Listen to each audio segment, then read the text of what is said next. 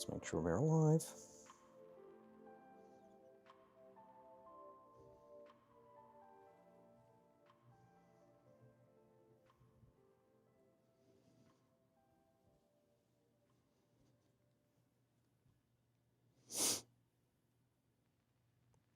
There we go. Awesome. All right, let's get on with the new build. This time around, we got another Wolf technology, another Barbatos. Let's see what it has in store for us. Let's turn on some lights.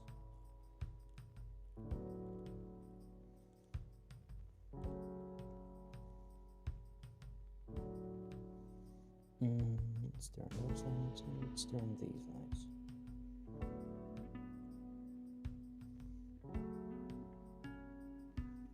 Maybe not that bright. Alright, good. Alrighty, let's see. Some pre-painted plastic out of the box, inner frame, big markers. I wonder if the print is good on this guy.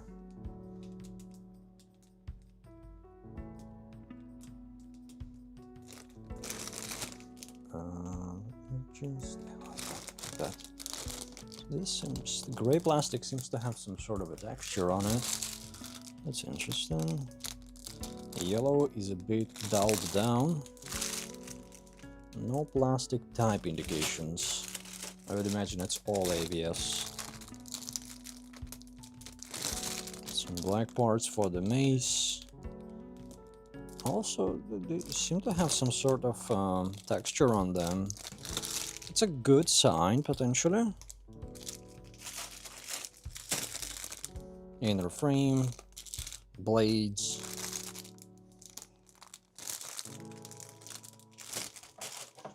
Looking alright.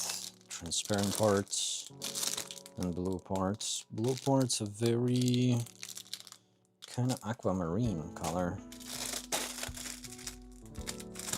Let's see more. What will that be? Inner frame parts and accents, I guess, and more blades. More gray plastic.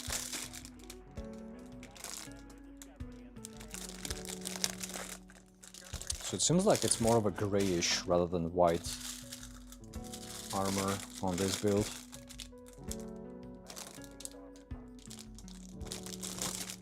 Very similar, but smaller to our 1/60 scale most recent build. How the quality on this one is better though. Parts for the eyes effects, for the legs. Okay, this one has the same swords, more parts for the accessories, backpack parts, side skirts, very similar once again to the 1/60 scale. Let's see, inner frame parts. Parked sort of similarly to how they pack. Oh, hold on a second. So these are POM joints? Yeah, oh, look at that. And metal spikes? Yeah, ooh, that's a nice touch. Let's see what else we got. Inner, so that is torso. Metal parts, metal pistons. Oh, that is... And the tubes are metal as well. That is really good. I'm very pleasantly surprised. Let's see, legs. Fully assembled inner frame on the legs. Arms. Alright, this seems to be pretty high quality.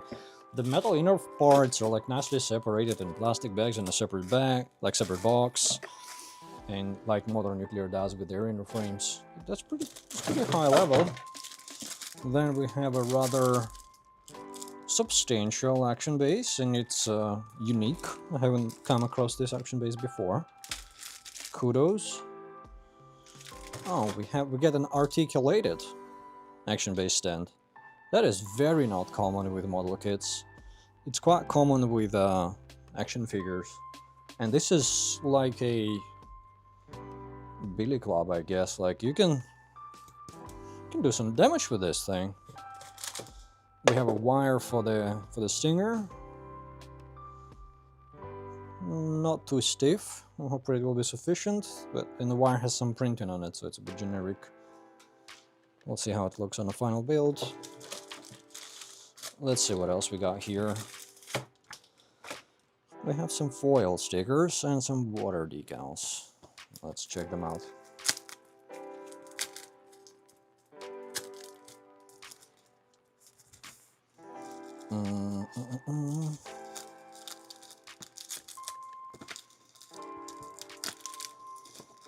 I don't like these bags. Let's just get rid of that. I'll use a Ziploc bag for it. So the foil stickers are not 3D stickers. They literally are just foils, reflective ones. There's a few of them, not too many.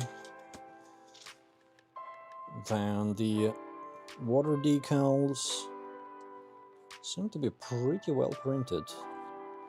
Let's check if there are any spelling mistakes. Gundam Barbatos. Here's WG08. Gundam Barbatos Caution. Yeah, the decals seem to be alright, and they also separated in groups, so I would imagine the manual splits them up likewise per section, per part. Yeah, the coloring on the decals, the red seems to be a bit of saturated red. I like to see that. Let's see, we get our usual runner inventory that does not specify plastic types, so I guess we are just going to assume everything is ABS. Oh, the guide is colored. Oh, that's pretty cool. And you have part inventory per section. Very nice. It's a pretty high quality guide here. Didn't expect that. Lots of close-ups for more complicated assemblies, I guess. Really appreciate the inclusion of the runners per section.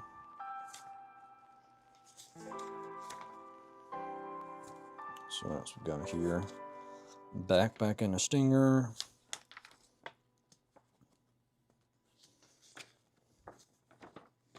And then we have the mace and the other accessories.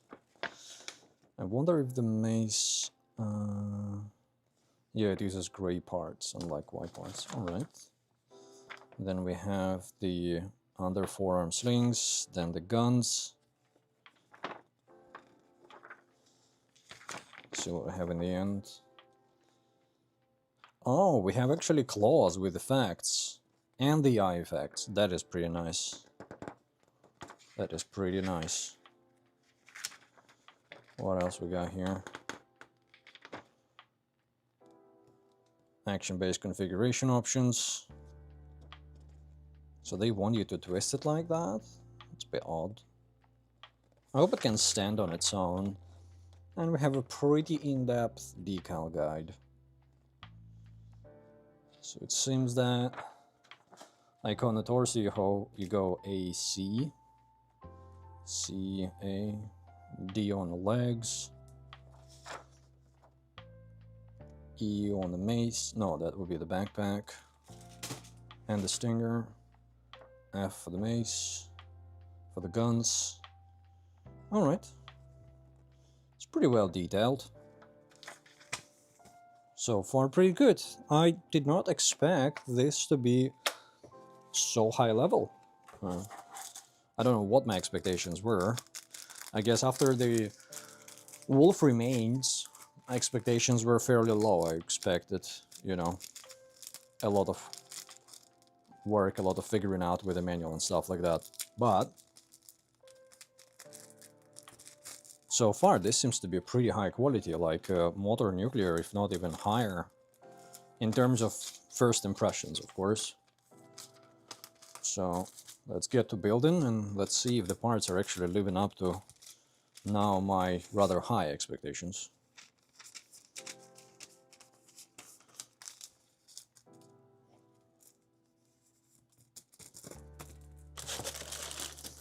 Let's put aside the box and let's start unboxing the runners and inspect them a little closer. But before we do that, I have a new tool stand with all of my most commonly used tools. I'm going to put it right here, my scissors. This is going to go inside.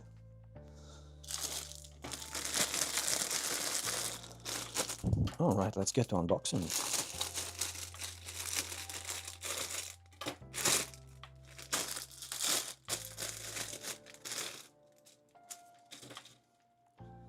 Let's see if the print is good. It seems to be pretty tight, like crisp. Nothing is warped yet. The design is pretty much one-to-one with the 1/60 scale. I don't see much deviation here. Obviously the white parts are rather off-white grayish.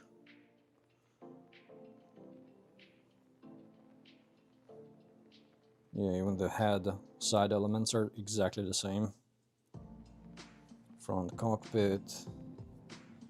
Everything is very easy to recognize. A lot of undergating going on, and the print seems to be considerably better than what we had on the, excuse me, on the 1/60 scale.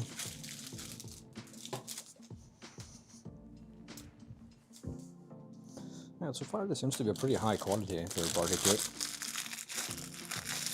Oh, I don't even need scissors here.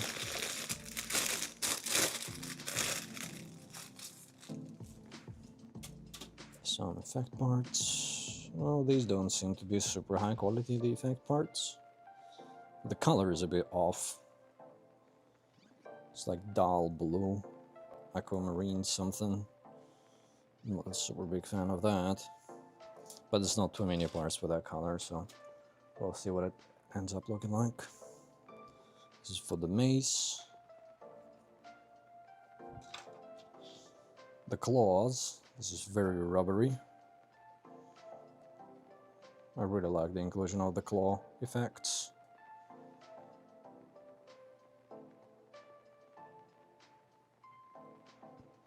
So this is the main side effects. There, okay. Let's put that aside. Some red parts. Red is actually quite bright. There is not much texture on it. So ideally, a gloss coat would be nice for this red. But the prints are still pretty good. And the gates are either undergated or pretty slim, like right here. There's a very slim gate here on the side. Should be easy to clean up.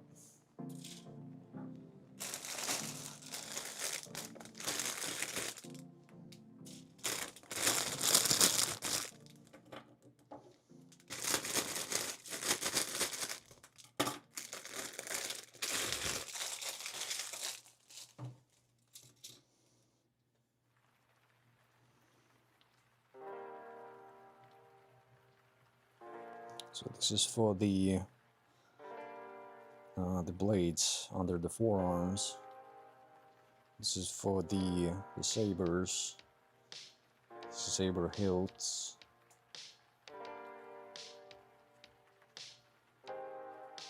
This is the stinger. Very, very, very similar to 1/60 scale in terms of like individual design elements, which is not a bad thing. so far it seems to be a much higher quality and slightly different coloring.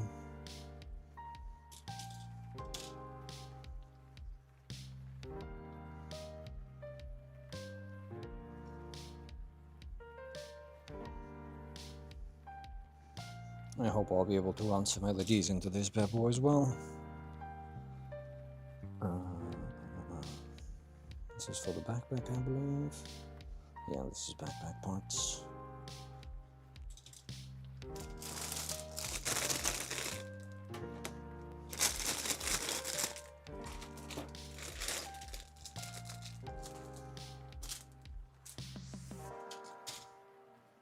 No legs. This is side of the knees, this is front of the knee armor.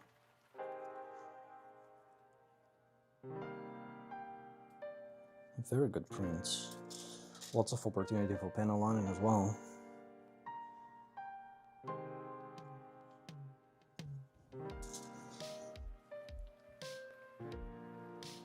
Arm prints.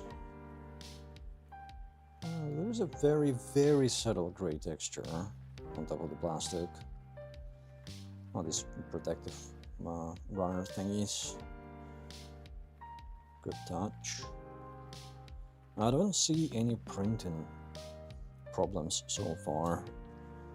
The 1/60 scale had a bunch of those.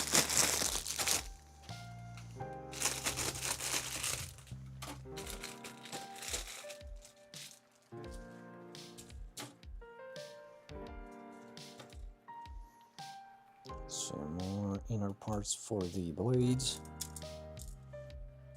Good stuff. So instead of getting black parts, we're getting flat gray, dark gray. It's a very nice touch. It's gonna look pretty decent out of the box, I would imagine, on the kit. 1/60 scale used dark blue for that.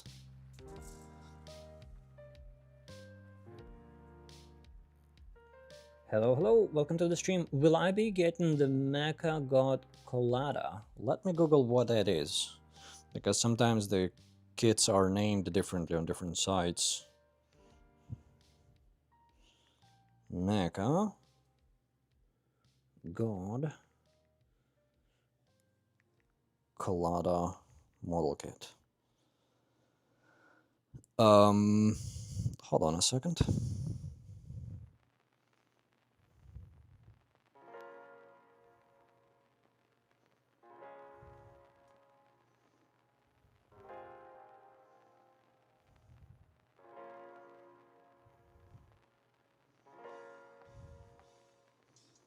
Do you mean this one?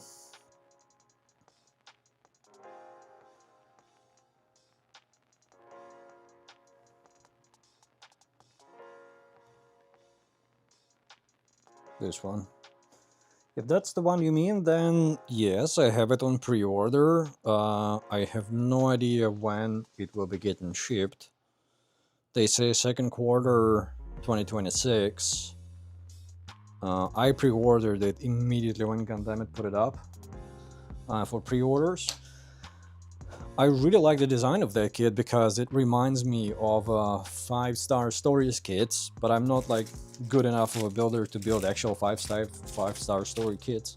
They require like a lot of expertise.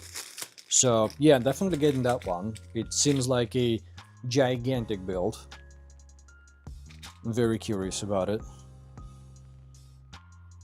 Some transparent parts. Let's put it there. I don't like these weird blue colors.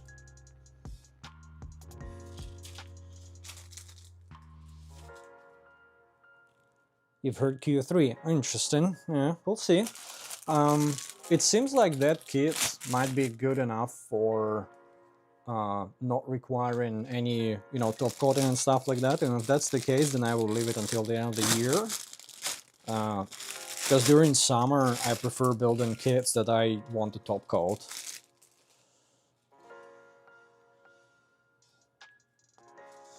See more blade parts for the accessories.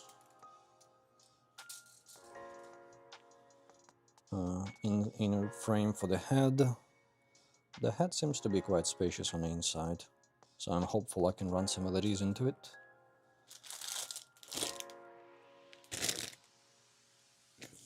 Yeah, I like on that kit that it's I think I have it in my memory. I have it as Diablo's core. Yeah, that's what I have it memorized as. But what I really like is that technically there is like two kits. You obviously have the main mecha kit, which is like very S&AA inspired sort of 90 look, right? But then you have so much accessories that it's like a separate unit almost in and of itself. So I'm curious, what is that gonna look like at the end of the day? It seems to come with a lot of you know, parts pre-assembled and stuff like that, and a lot of LEDs. So if it's something similar to Osiris, then what I'll be looking to do with that kit is wire my own wires for the power for the LEDs instead of using the original batteries, and we'll see what we can do with it. Yeah.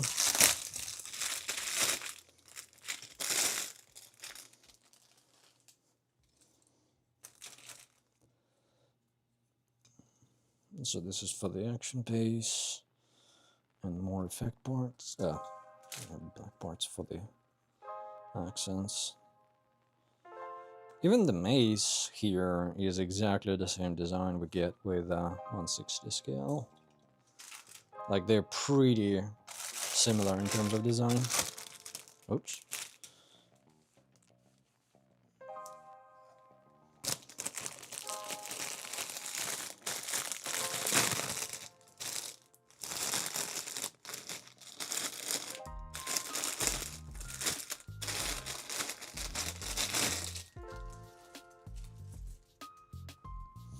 Hold on, give me a second. I need to get a cap.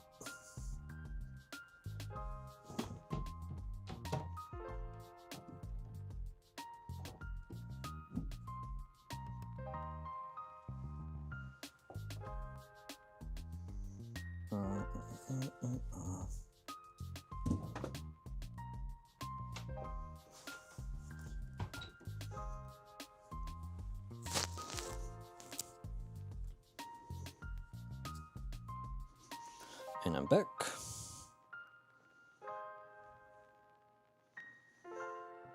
All right. How does the plastic feel in this kit? So far, I mean, I haven't started building yet, so we're just doing the runner's unboxing and inspection. So far, it's actually looking really, really promising. I'm quite pleasantly surprised by the quality of the print. It's all very sharp. There is some texture to most of the plastic. It's not white, it's rather gray, so unlike typical Barbatos, it's not going to be shiny white like you might be used to. The design itself is very, very, very similar to 1/60 scale Wolf Remains. Like literally, even the even the finer design elements are exactly the same as the 1/60 scale Wolf Remains, except that here they are 1/100 scale and much better printed, and there is slight color variation between this and that. So far, this is looking extremely promising. I am quite pleasantly... I mean, 1/60 scale, I still enjoyed the build, right, and stuff like that, but it was a lot of work, as I said in the review. This one seems to be a higher quality, smaller version of that kit, and all of that is positive. There's a lot of undergating going on. I'm really liking this. And the design elements, like, they are the same to a T. Let's see, some last runners. So this is going to be the very few silver parts that it comes with. Let's put them aside. And we have more parts for the mace, I guess. Yep. This is going away. In particular, what's really cool about this is that the inner frame, you have POM joints that are separately packed. It's pretty nice user experience here. They have the spikes, exactly the same spikes for the back of the foot and under the arms, except that these are metal, which is really badass. Then, this is for the action stand, I'll cover it in a sec. Then the main body, pre-built inner frame, is dope because the pistons are already assembled and they actually use metal rods in the pistons. That is really good because the usual rods, in even 1/60 scale, I broke one of these rods because they were super fragile. These wires running at the back are also metal. That is really good stuff, like really high quality things. Then the legs are fully pre-assembled in terms of the inner frame. And once again, there is a lot of metal, even the design elements are metal. The rods are once again metal. Then same here for the arms. So far, I am very pleasantly surprised by this kit. I hope that when I get to, when I start building it, it only continues to exceed expectations. And it also comes with an action base, just like the 1/60 scale, but this action base is actually stylized. It has, I haven't come across this design yet, and it looks pretty dope. There's obviously a few configuration options, how you can sort of align it. It's coated, not coated, but like textured rough black plastic, so it's gonna look decent. And unlike most of the action bases that you see in Model Kit world, this one actually has a very sturdy metal rod that you can bend around and stuff like that. So that's not typical. This is usually for the figures, not very common in model kits, at least not in my experience. So that gives you a lot of options for posing and configuration. As long as this thing is capable of holding the kit, which is to be determined, then you have the wire for the stinger articulation. The wire is very generic. It has printing of the usual wire, which is not really cool. Can kind of be. I'd rather it didn't have any printing on it, so you don't see it on the photos, but it's not too bad. Oh, and unlike the 1/60 scale Barbatos, this one has more effect parts because it has parts for the eyes. They are not multi-stage parts, so they're not going to fall apart that easily. And it has effect parts for the claws. That you can also attach a bunch of things, so they kind of look dope. So you have like alternative hand option with these claws. That is really dope. Yeah, and all the parts so far, a lot of undergating, a lot of quality prints. So yeah, we'll see. Oh, I missed a lot of messages. Hold on, let me catch up.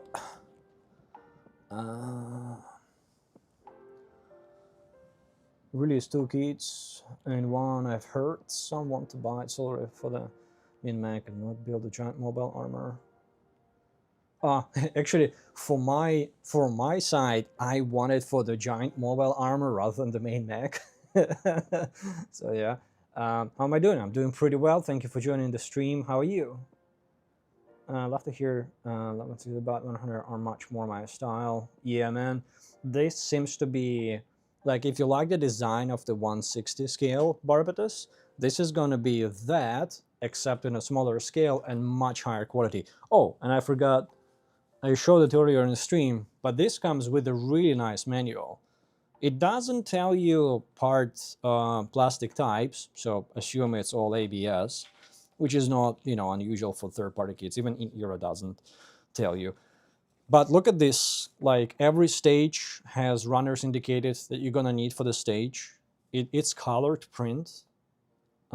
It's really high quality stuff, like really nice. And even in some cases where you need to attach like an effect part and you need to mind the orientation of the part, they zoom in and tell you exactly in what orientation to snap it on.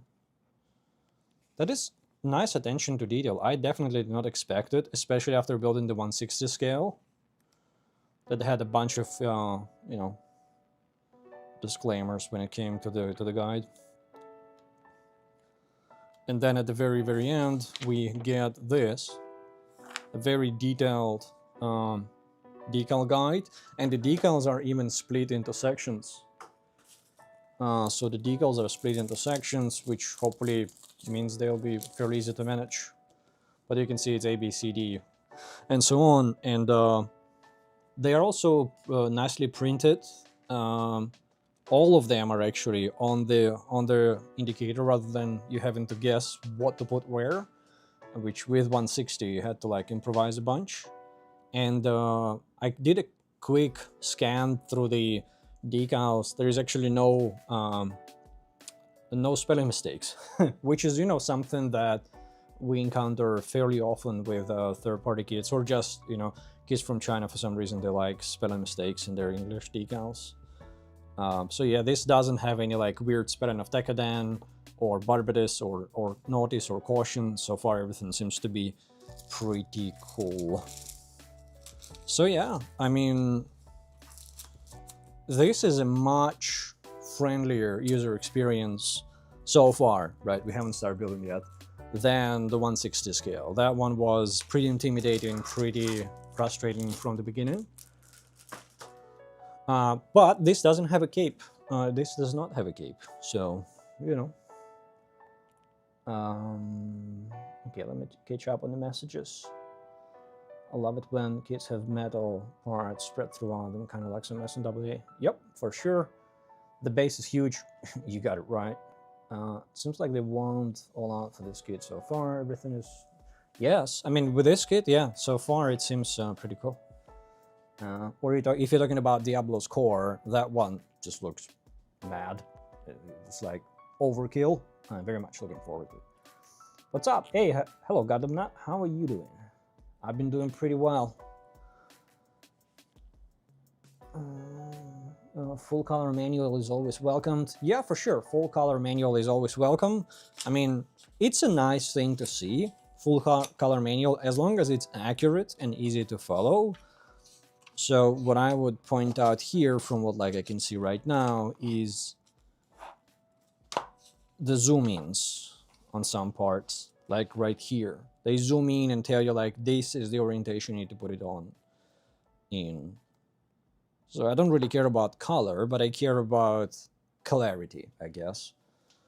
But still, having it in color is, you know, not gonna deduct any points for that. Good on them. It's split like the Osiris. Yeah, it's split like the modern Bandai kits and the Osiris.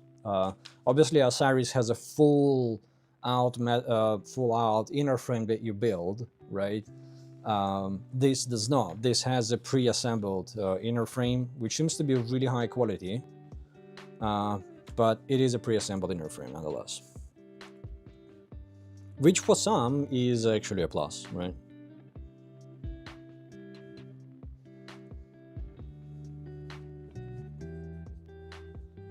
All right, let's get to organizing all these things and to building. That's what we are here for, after all. Let's build some stuff. I got a new neat stand for my tools from Hobby Mio. Quite like this. It helps me organize some of my most commonly used tools, except for my nippers. I prefer to keep them in a airtight container when I don't use them.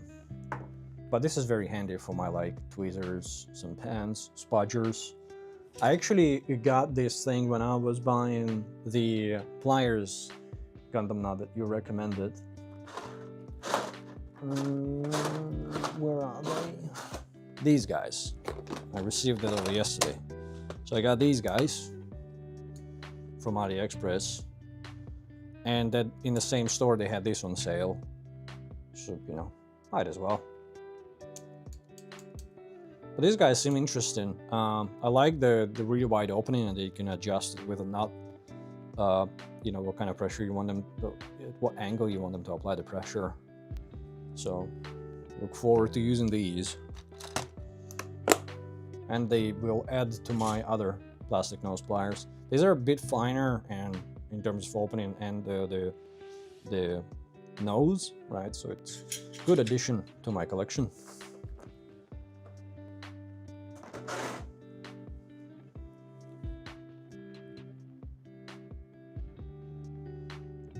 Yeah, I think both are cool. Both inner frames that you fully assemble and the inner frames that are pre-assembled both have their own strengths and weaknesses. Obviously, the metal inner frames, the expectation there is high quality of the pre-built itself, high quality of the inner frame itself, and high quality, and articulation. The articulation has to be the trade-off there, right? Like, it has to be good when you have the metal inner frame.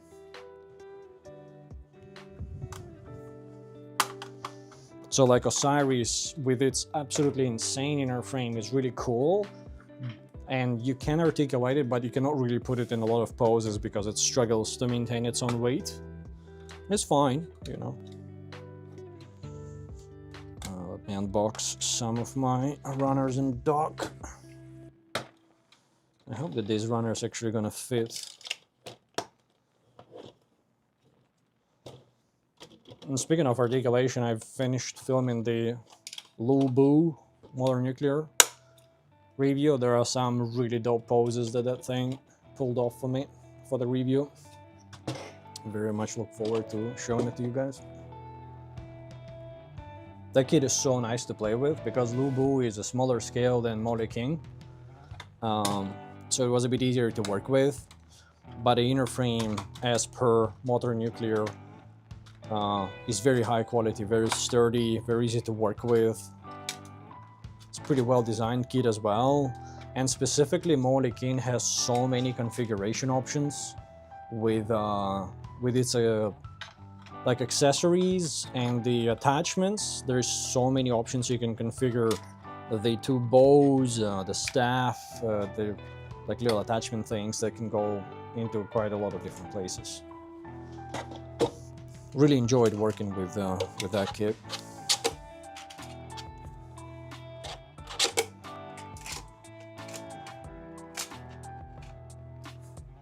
Yeah, this one is I'll put a link after the stream. I forgot to put it now, but it's a Hobby Mio tool organizer.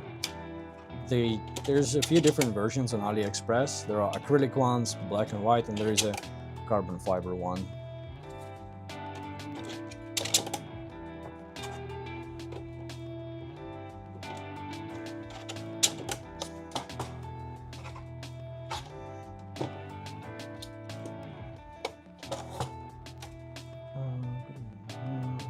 Tool, save your fingers. For sure, man. I have now 3 tools to save my fingers. I have a mallet, I have fine pliers, and I have those new Hobby Mio pliers that are like for, you know, big tasks.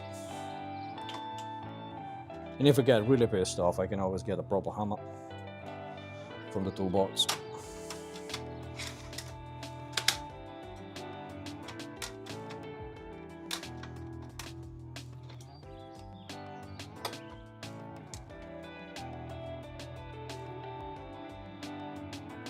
This runner organizer is called the Runner in Dock. Once again, links in the description for pretty much all of my gear. You can find this most commonly on Hobbylink Japan or Plaza Japan, or you might have retailers in your country that carry it. It's a sort of like transformable thing from a storage combination where it doesn't take much space to where you can configure these stands to hold the runners. They're really good. I actually have 4 of these because you can stack them on top of each other. The only downside is when you build non-Bandai kits, sometimes the runners are too wide and they don't fit in here, and in that case you need another solution. But still, I find these to be very useful for most of the runners that I deal with. And it's a very neat way to organize a bunch of runners on your desk without occupying too much space. It just can be a bit tedious if you have to transform them every time to save space. And I have to do exactly that. But it's a part of it. I like them, and if you catch them on a sale, they're like 30-40 Canadian bucks, which is a very fair price for what you get.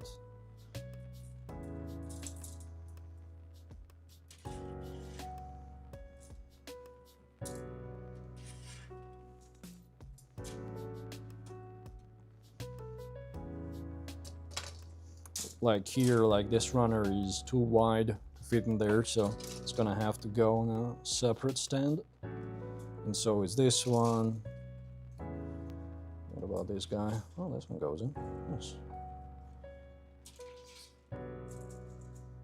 You can configure them for different height. Now I'll show what I use for these like bigger runners in a second.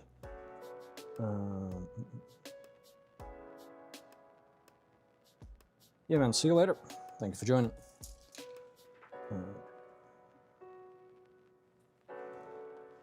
We'll see when the kit is built. I'll be sure to share all my thoughts about it. What I like, what I don't like, and so on.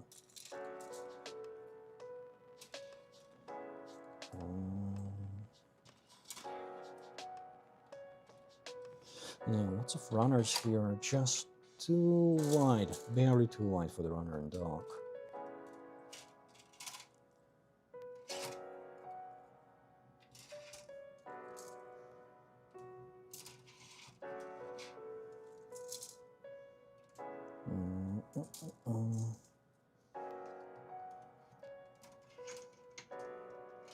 Too tall. All right, we can put this there. There's one here. This one will go on top later. This one's going to be too wide as well. Yeah.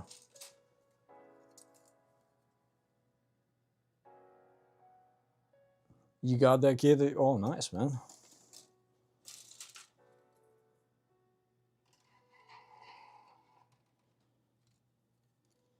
What are you working on at the moment?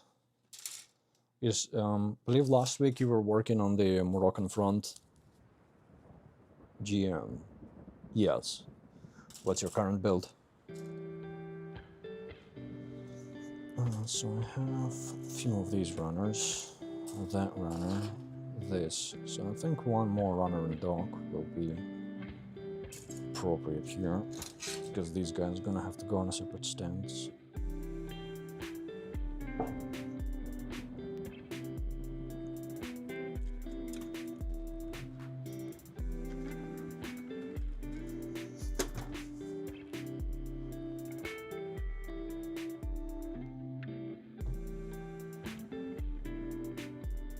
Oh, hello, welcome to the stream. I just got my Lenovo yesterday, can't wait to build it. I'm building the PG version of Barbatos, and the problems related.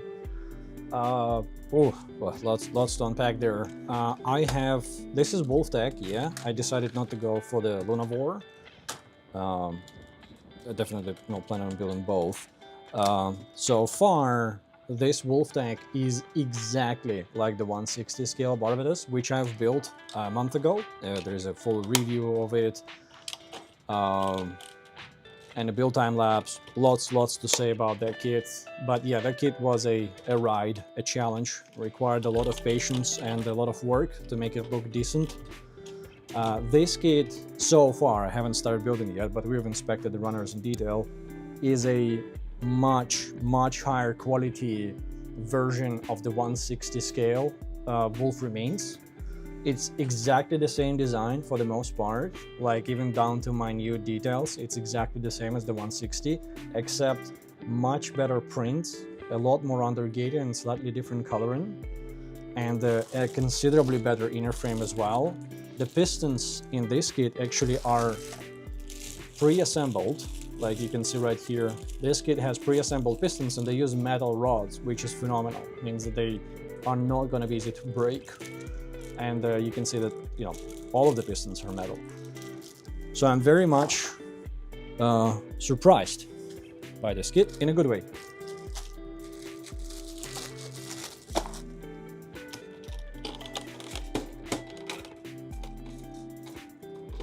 So yeah, it has really good guide. It has really good decals as well. Unlike the 160 scale Barbatos, the decal guide is actually complete here. And there's all the decals have like suggested locations and printed for specific parts. While if you're working on the 160 scale, you know that kit comes with a lot of just generic decals, and you kind of, you know, figure out on your own where you want to put them, which is fine, you know, gives you room for creativity and stuff like that. But at the same time, here you have pre-organized and specifically printed decals for the parts. And I hope the decals here are actually also better quality, because the on 1/60 scale the decals were not very high quality. It's either Himoxian Batman, Golden Warrior Full Armor Hakushiki, or Wolf Remains. Oh, dude, Wolf Remains. Wolf Remains. Come on, man.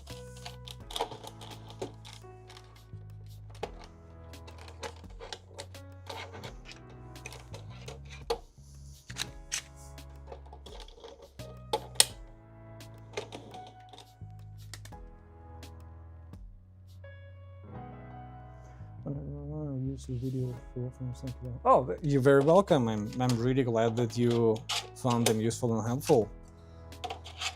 That kit requires all the help each one of us can get.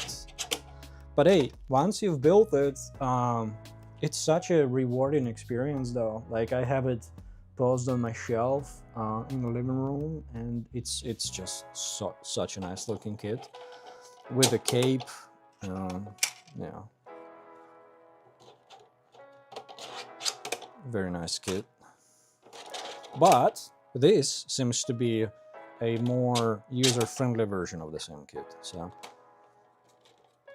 I can foresee me in a video saying that if you like the design of the 1/60 scale Wolf Remains, but you're afraid of tackling the challenges associated with a kit, go for Wolf technology. Smaller scale, easier to manage, and so far it seems like it's a better build.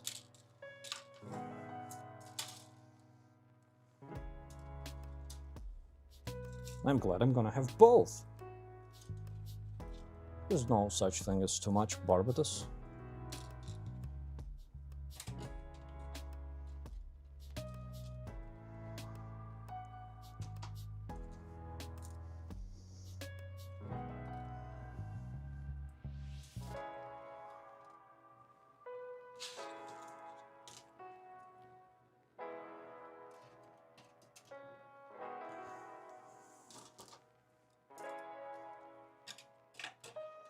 Although I still have to build the original Barbatos. Yeah. That one eludes me.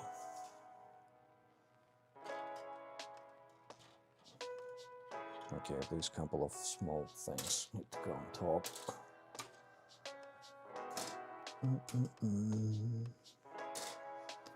Alright, and now we have a few runners that need their own stands. Let me find my runner clips. I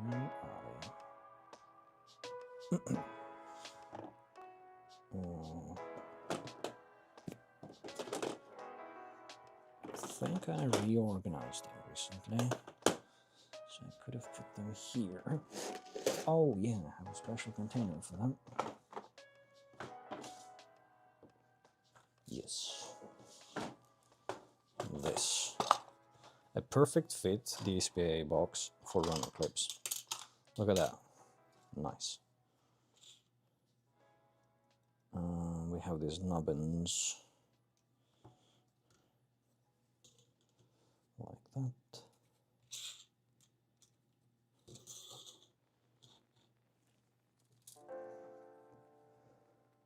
Broke the hands, the mail pack. It was so weak when I tried to take it apart. It's legit snapped off. I just need the... You broke the handles. Did you happen to break the forearm pack? I think I've suspected in my review that it might be a problem for... It almost broke for me, and I think I even shouted it out in the review that it's super easy to break if you try to... So the pack that I think is easiest to break with the hands is the one at the upper bicep, because if you try to grab the forearm and rotate the bicep, it just feels like it's about to snap. They even showed it in a video, like, don't do this, do this. Like, you need to grab the bicep to rotate the arm. Is that the one that broke for you?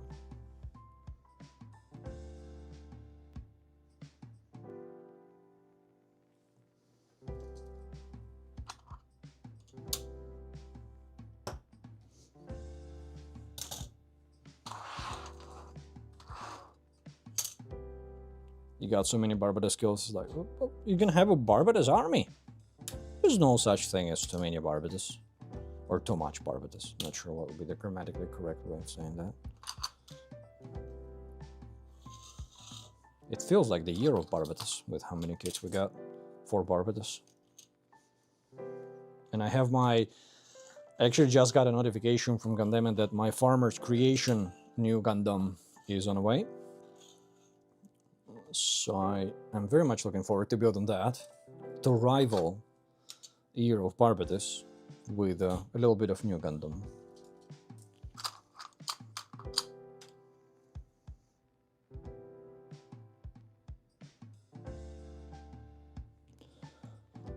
You heard that Lenovo was working with the original designer of the resin kit and full plastic. Oh, interesting. I didn't know that. I did not do much research into this. I think I just saw that Wolftech went live on Gundam.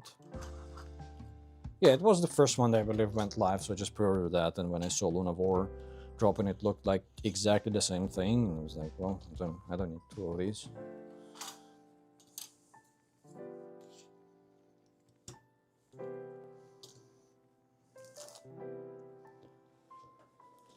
Alright, let's put all of these bad boys at the back there.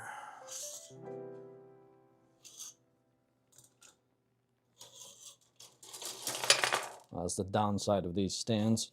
You knock one of them and it's a freaking dominoes. God damn it. We can do it. Easy. Easy. Easy. Don't breathe.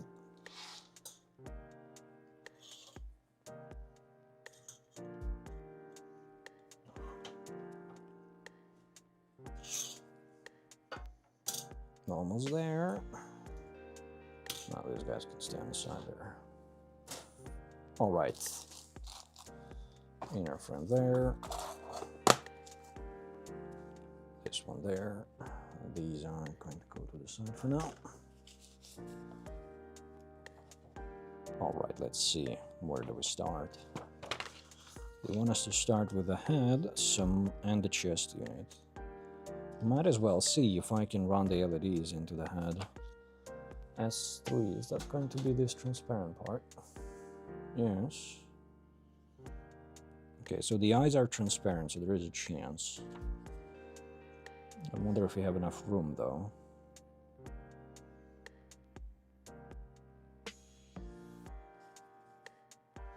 Well, let's get the runners.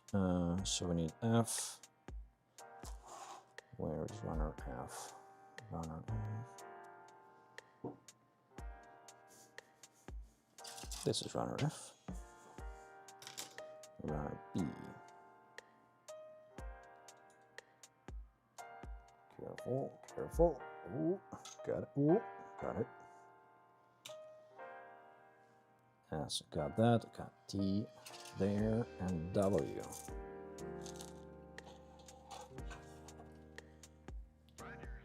That's the guy. Do we need POM1? Need POM1. That be this bad boy.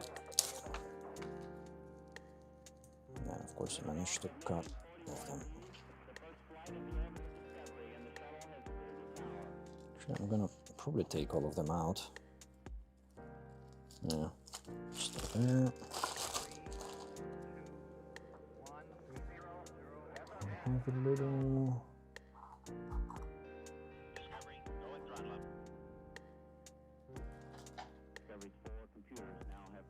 I'm gonna put these guys to the side.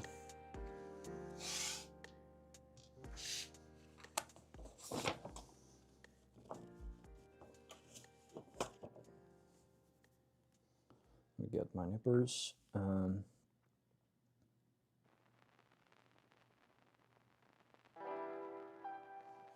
One of both sides, but yeah, I bought that farmer and got from the limit, but I have one now from AliExpress since February. Nice. No, it didn't break for me. It was inside the hand. It was part of ZC0. Now back inside. Alright. Interesting.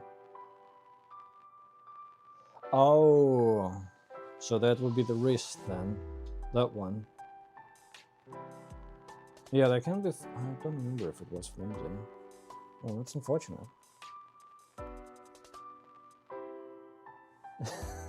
Dude, AliExpress is sending stuff in those soft packages to save on shipping, but they aim to playing soccer with it.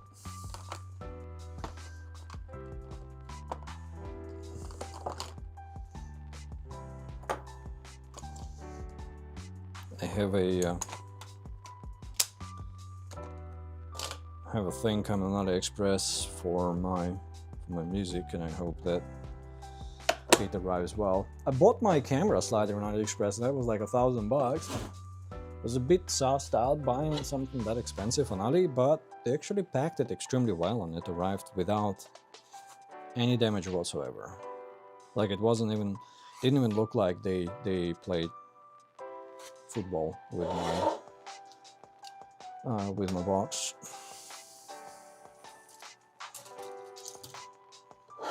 So they can do a good job if they want, or when they want. I guess they just have so many small packages that, you know, thousands of them. All right, P5. Let's get on with the business. Let's see what this plastic feels like to work with.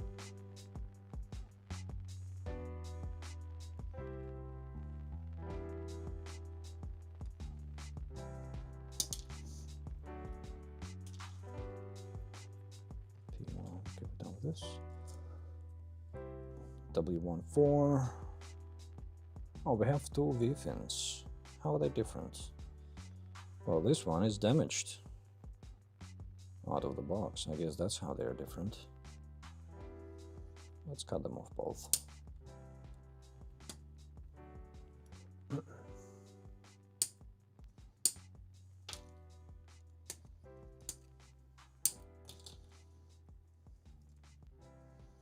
$19 and $20. Yep.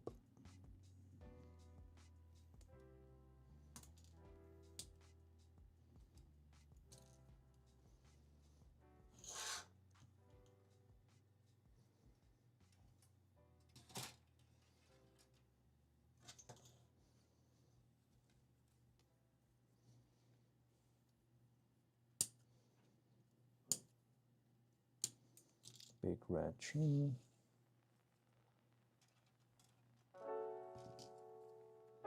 F15. That will be the faceplate.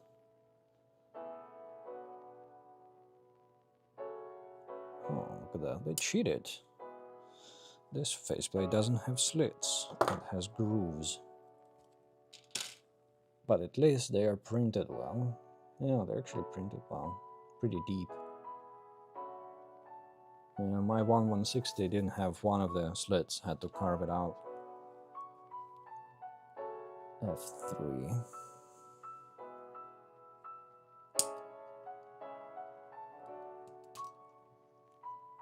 F10. This guy.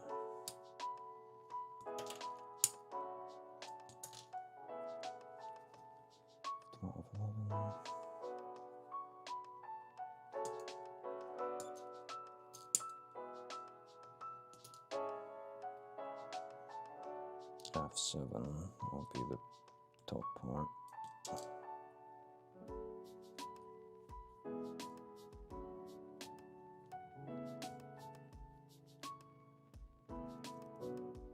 F3. Got that. Alright, cool.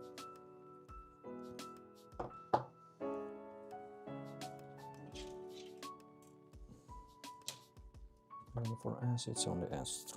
Yep. So this Barbatos is gonna have blue eyes, not red. But the effect parts for it are red for the eyes.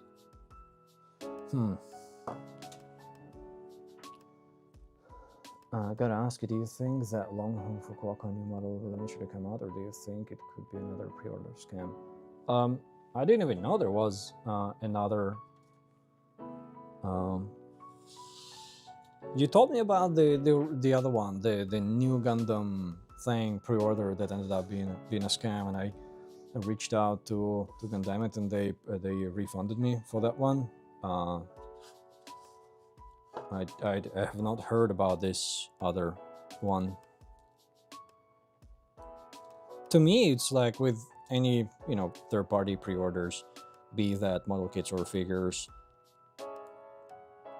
especially with figures, if you put like really high pre-order prices that the figures usually demand, you have to be comfortable-ish, or so you either have to trust the store, you have to trust them a lot, or you have to be comfortable losing your deposit. It's just, the risk you take. Obviously, you said that you have your own private seller, so I'd imagine you have the arrangement where, you don't lose out on something that doesn't end up coming out. But for general public, for general consumer, my advice is always, like, if you're pre-ordering, make sure that you are doing your own research, you're making sure that the store you're pre-ordering from, you're comfortable with them and their policy and whatever people say about that store. And in general, at the end of the day, put only deposit down and only pay full price when you see that it's coming out, there are reviews out, and the store is telling you that they're about to ship it, something like that. I never, even with well, at this stage I actually do. With Gundam it, sometimes when I pre-order I immediately pay full price, but I haven't been doing that for a while.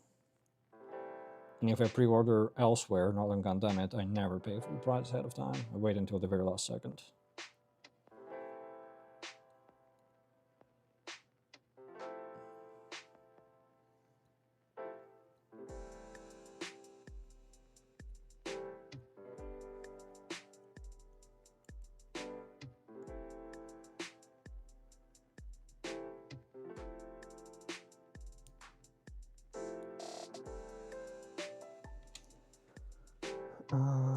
I just ordered the DSP electric hand drill the other day.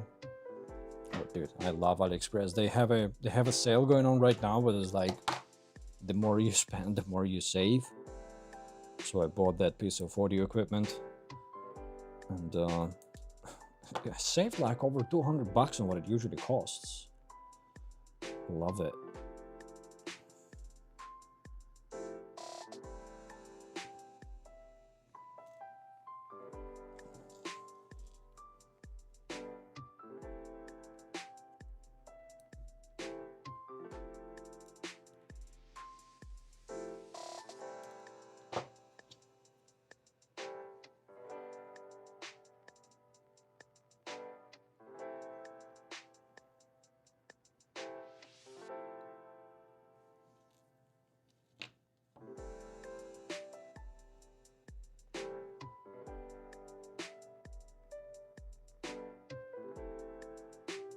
Oh, they send you kits first? Wow, I've never heard about something like that. And I have some kits that arrive to me for free when I accept the opportunity to receive them for free, but I don't pay them back, I don't give them input on my videos or anything like that. I pretty much tell the company that, hey, I'm interested in your product. If you want to send it to me for review or something like that, I'll build it and I'll have my take on it. That's all you can hope for. Motor Nuclear is good at that. Through Gundam it, they are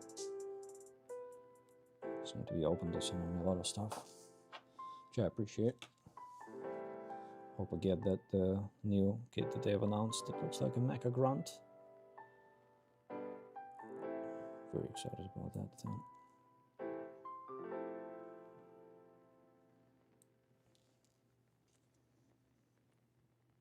It's really cool that your seller does that thing. That's very,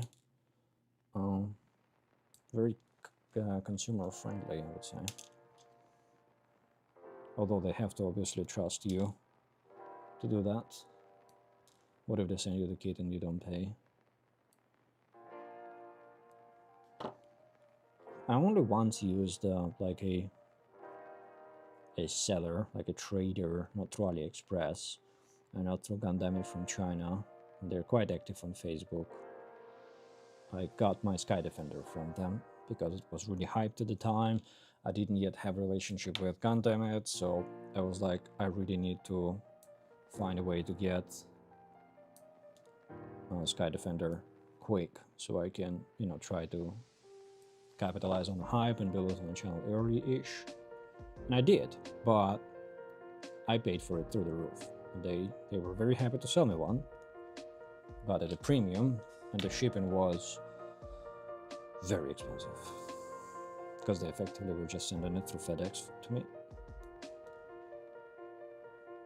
It's exactly right one. Boutique sellers are not something I can afford. Plus with Gundam when shipping, it's pretty fast. And actually see shipping for the kits that I know won't be building soon.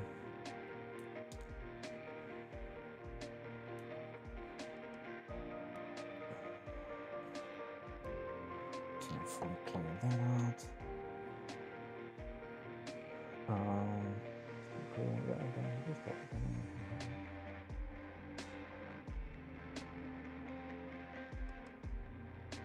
Oh, you're very good. So about that well. Yes, sir.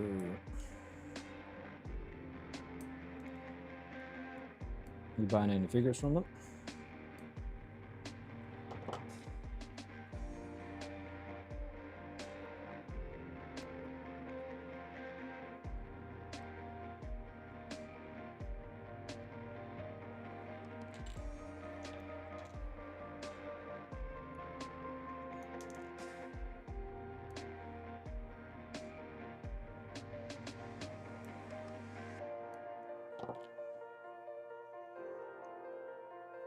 Hello, SK. Let's go. Hell yeah, dude. Was very nice interaction with you. The review for the Lobo will go live tomorrow, probably late tomorrow. It still is in the edits. But I did dedicate a section to similarities and differences in that review with King. And just in particular, like going through the design elements that are somewhat common in the modern nuclear line, from what I can gather so far from building just 2 of their kits. But yeah, so far I would say they do definitely have design elements, modern nuclear that is, that are sort of recognizable fairly quickly. Like, you know exactly that it's a modern nuclear kit.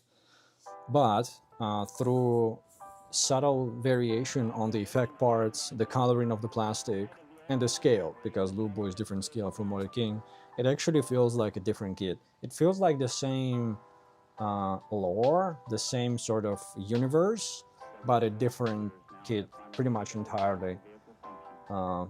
Really good impressions of Lubo, like really good kit. The posing of that thing is especially such a nice experience because it's a smaller scale than King, and it's a bit easier to work with, and the metal inner frame, as per usual with modern nuclear, is really high quality, so it's a joy to pose it around. And because of the Scorpion thematic, both the skirts, side skirts, and the front and back skirts on the waist, they are articulated and they are sectioned, so you can pull off some really cool poses. And I'm quite proud of some of the poses I did there. Yeah, and they're fairly easy to pull off. And because of the scale, it's also very easy to balance. And the amount of attachments you get with that kit is truly nuts. Like, I mean, I have the manual still near me. So when you kind of build it, there's so many configurations you can have. You can have like 2 bows disconnected and as claws on the shoulders. You can have it as a big massive claw and articulated arm. You can have different bow configurations like this and like this. I tell you, like, there is a lot of versions that you can build this kit with, like configure it different ways. Really, really, really cool stuff. So definitely a kit that's pretty easy to build and is a lot of joy to play with. Like, really, it's really nice to play with. And there's so many configuration options, right? So that you can not only like pose a different way, but you can also reconfigure it in a bunch of different ways, and it's really cool. Like, I really enjoyed it.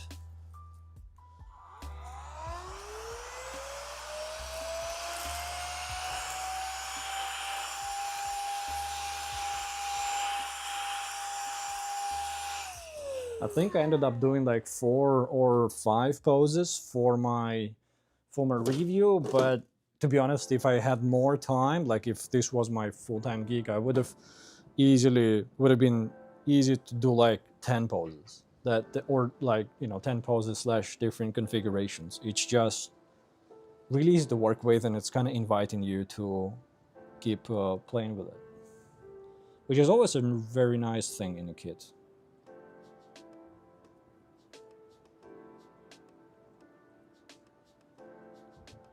But I also, like, I didn't have any problems, for example, with 1/60 scale Barbatos posing as well, even though that kit is a bit of a hand grenade and is not very easy to work with. It's just a matter of preference, personal preference as well. Like, if you really like the kit, you kind of want to play with it more.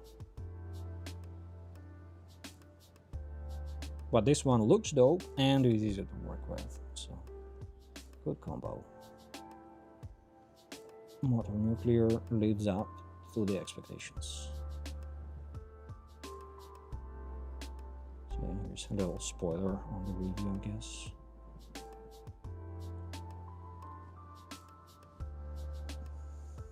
Okay, so they want stickers on top of those eyes, but I want to run my own LED here. Let's first assemble the head unit and see how much space we have to work with. Not much. I ordered a whole lot of like LED accessories and parts from Evan Designs because they have really small LEDs and stuff like that, and I think it's time to try and step up my LED game, but it's gonna take a while to arrive. Oh, this head unit really does not have much room. So modification for this unit for LEDs will be done with my good old reliable Amazon sourced tools. Well, there is some room to run an LED at the back between these standoffs for the pegs. Let's run a test wire and see how it looks like.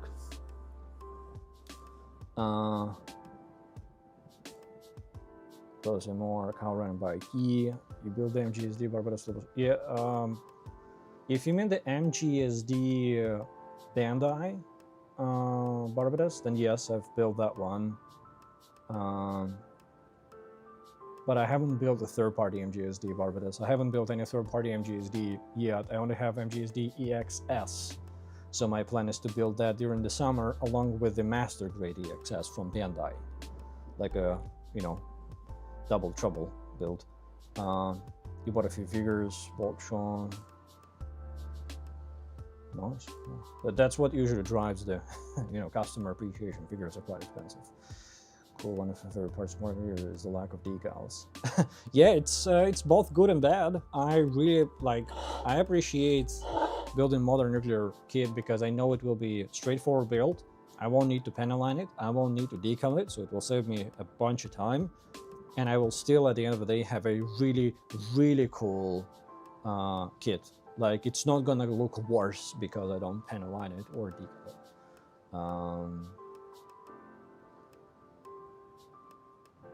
How's the build of the MGSD version of the tracks? All the reviews, people say it's terrible.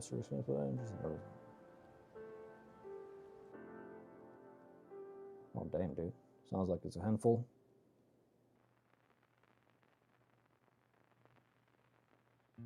Can never have enough Barbatos kids, that's for damn sure. 1/100 Kshatriya. Is that the Osiris you're talking about?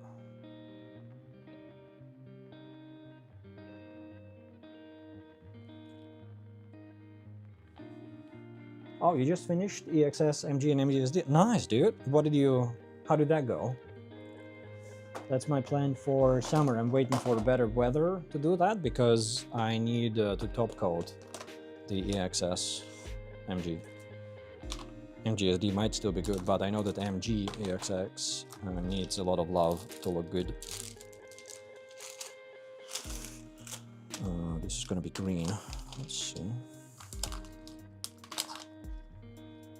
The Osiris, nice. What did you do with the LEDs?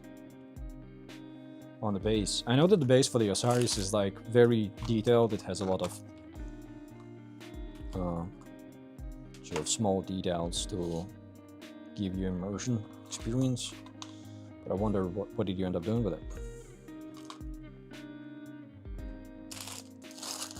So with mine, I didn't add any new LEDs. I only did custom power for the LEDs that exist.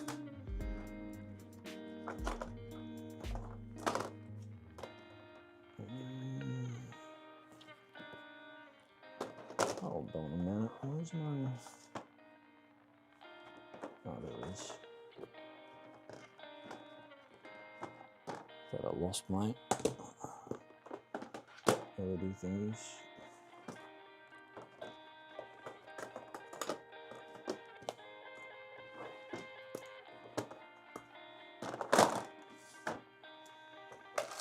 So I need to find red LED bulbs. Oh, easy. Do I have blue? Yes, I do. Alright, I'm gonna try different colors, see which one I like more. Floor LEDs, dry brushed the base and painted the rails. Oh, nice! I think I silver lined my rails and did some small detailing with DSPA markers. But I thought like I had an idea of adding, because you know like the Osiris at the base it has one like at the front right it has a lamp stand. It's so tiny. I didn't have a small enough LED to try to make that lamp stand serve as an actual lamp for the base. So yeah, I don't have that, but I want to do that. Like if one of the Evan Designs LEDs that I ordered like a few of each size they have to experiment. If one of them has that small enough LED, I'll try to modify Osiris further. That's another if you have Discord, I'll join, post pics. I don't have Discord, my amigo, but you can post if you're interested. You can post in the community on YouTube. I've been thinking about doing Discord, but at the moment I just wouldn't have time to moderate that and give it attention it would require.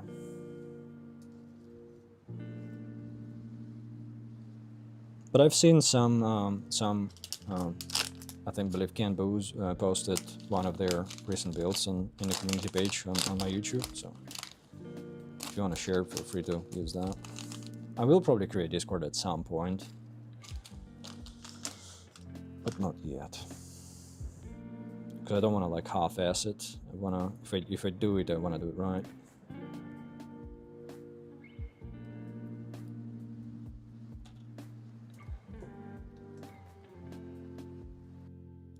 Yeah, that lamp stand, I still haven't lost it, but it's like bare touch of that lamp stand on Osiris makes it fly away.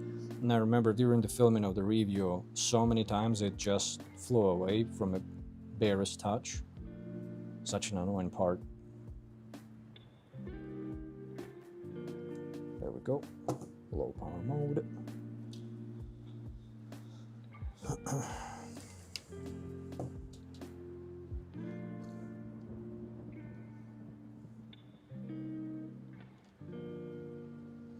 So this is going to be red. I'm going to try to direct it at the eyes.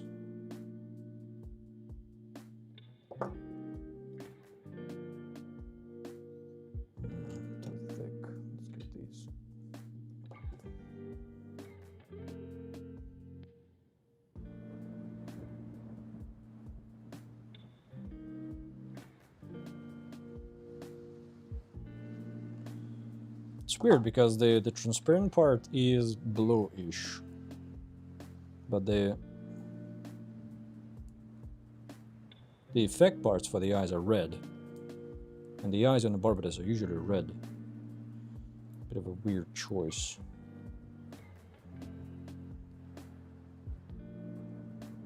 Let's see if I can maybe a little bit of blue tack.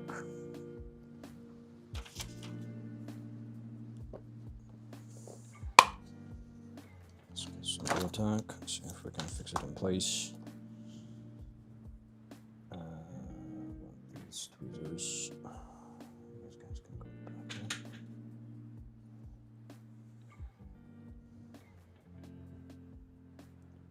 So maybe zoom in a little bit so you guys can easier see what I'm working on.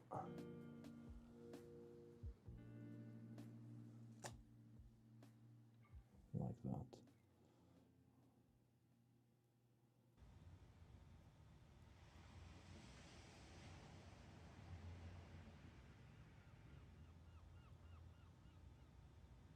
A lot of blue tack, but you can squish it down there like that. It will help me sort of orient the LED in place for testing.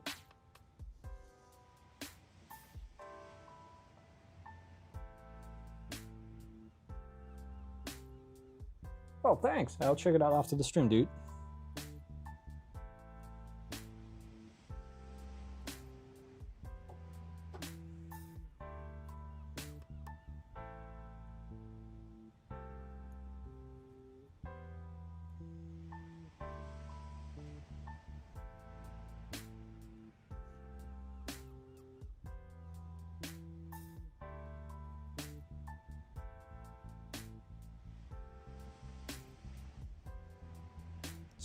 Bend the wire in a way that won't work.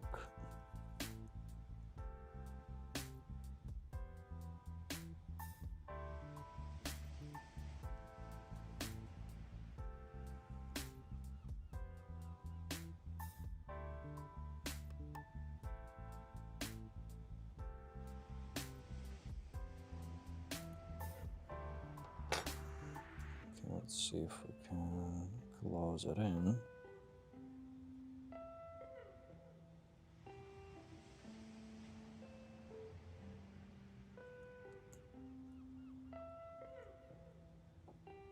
So there is a little opening at the back that we can widen. Let's see what this looks like with the red LED inside. I'm going to use a little vise to hold it in place.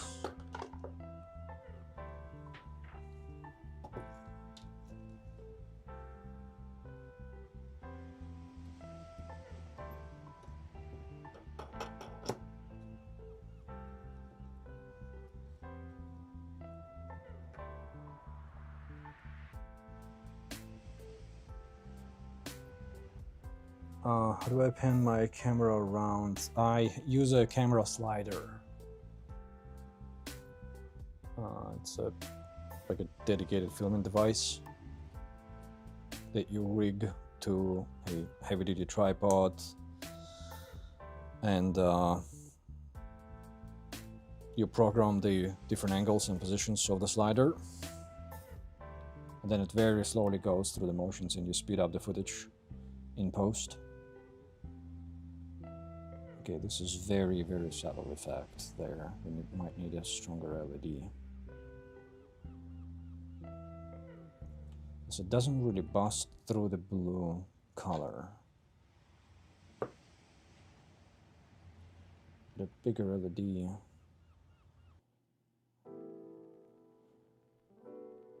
I can double up the LEDs, see if that helps.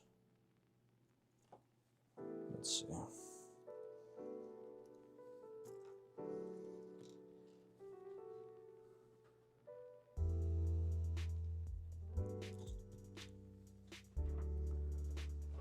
The next project is painting an evil form of Oberon.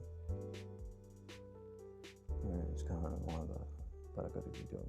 I have the original Oberon as well, and my plan with that one is I also want to build it. I'm not sure when I'm going to build it, but my plan for that one is to customize it with an LED set. I sourced one of the original Cosmos LED sets that they designed for Endless Waltz Wing Gundam. It's one of their earliest LED sets, and because it's like from back in the day for Cosmos, it's basically just a collection of LED bulbs, and it's a general suggestion where to place them, really. So with that in mind, I thought I would get that. I would get the Oberon, because I really like the design of the Oberon. I think it's a pretty cool kit as a statue sort of thing. And wire it with a whole lot of custom LEDs. It's like semi-custom. Not really my own custom LEDs, but an LED set designed for another kit that can sort of be adapted. So that's my grand idea there.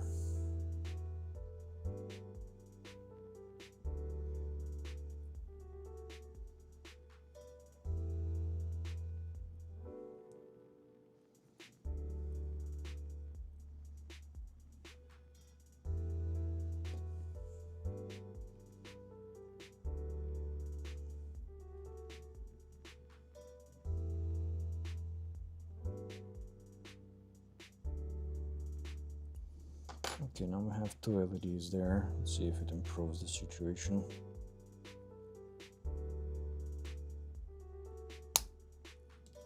Ah, son of a... That one just fell out. You bastard. Part separator. Might need more blue tack.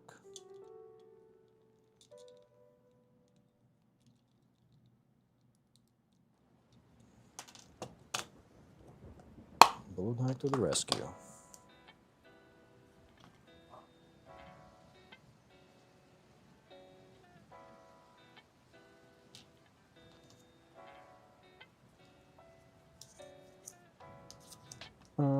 I should get one instead of shaky hands. There are a lot of camera sliders. Do your own research, depending on what gear you got, how heavy your camera rig is. You might be able to save a buck on a slider. There's a lot of sliders, from really cheap ones at like $100 or so, to something like mid-range for $1,000 or so, to obviously professional level that's multiple thousands of dollars. The one I got is also linked in the description. It's called iFootage Shark Nano. I got that one because I had a DJI RS4 gimbal. So originally in my videos, all I did, I was just put a camera on the gimbal and I would, you know, very carefully move it around, which my back definitely did not appreciate doing, but still, you can get really decent footage that way. As long as you control the movement and you're very patient with that, you can then stabilize footage in post. Depending on what software you're using, there's a lot of different stabilization options you can go for, and it will still look really good. And if you do it handheld with a gimbal, you have a lot more freedom of motion, because you can obviously go up and down, you know, you can zoom in handheld. But if you want extremely smooth motion, then a slider is the way to go, in my opinion. So I saved up for a slider for like a year, and I bought my slider on AliExpress during the last Black Friday sale for Christmas, and I got it at a banging deal. And the way it works is my camera rig. Well, actually, you can see my. I have a video on the channel. I don't remember whether it was a 4,000 or 5,000 subscriber special where I go through my camera rig breakdown, and I cover both the slider that I use, the gimbal that I use, the camera that I use, all of that.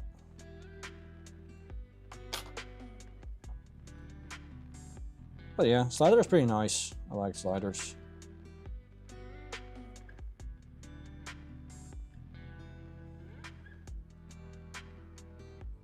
Okay, got that in.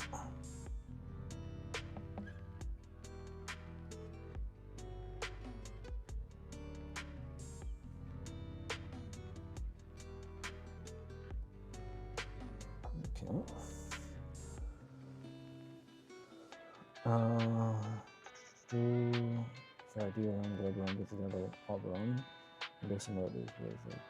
Oh, nice. That should be really cool, man. How would I film streaming with my Galaxy phone? Well, if you're filming and streaming it with your phone, you don't really need a bigger slider. You just need to look up for different methods to stabilize your camera footage from your phone. You really need slider or things that I've just described if you have like a camera, like a proper camera that you're filming with. Otherwise, it's just overkill for a phone, and there's much easier ways to get really high quality footage from a phone, and cheaper. So Google like phone stabilization software, phone video stabilization software. There's a lot of options there. A lot of people on Reddit explain how they do that. A lot of them are free options. I don't think red LEDs are going to be the way to go here. It's just not bright enough, and the color of the transparent parts is not... it's not good for red LEDs. I'm gonna try another color LED, see if I like them. And if not, I'm just gonna leave it LED less for now. I can always go back and mod it later.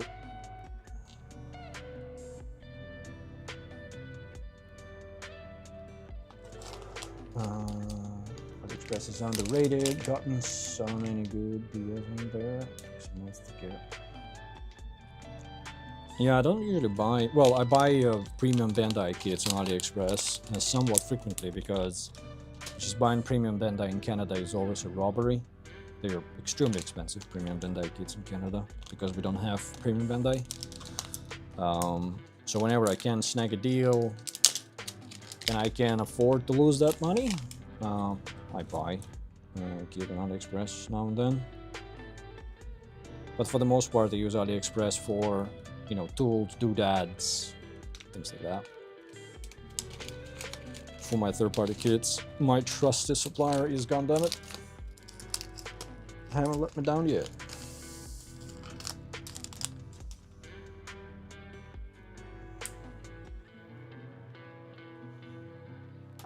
I've had some kits that I ordered from AliExpress that arrived in like completely destroyed form. I haven't had yet a situation where a kit from AliExpress would arrive, you know, you would buy one kit and they give you like something completely different. I saw those posts on Reddit talking about situations like that. I haven't had that, but I definitely had a kit or two completely ruined in transit because it was soft packaged.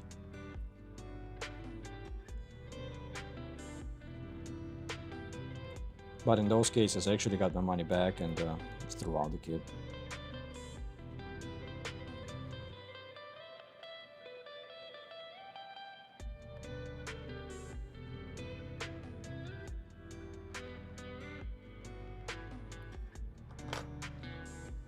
Let's see if this blue LED is better than red for this part.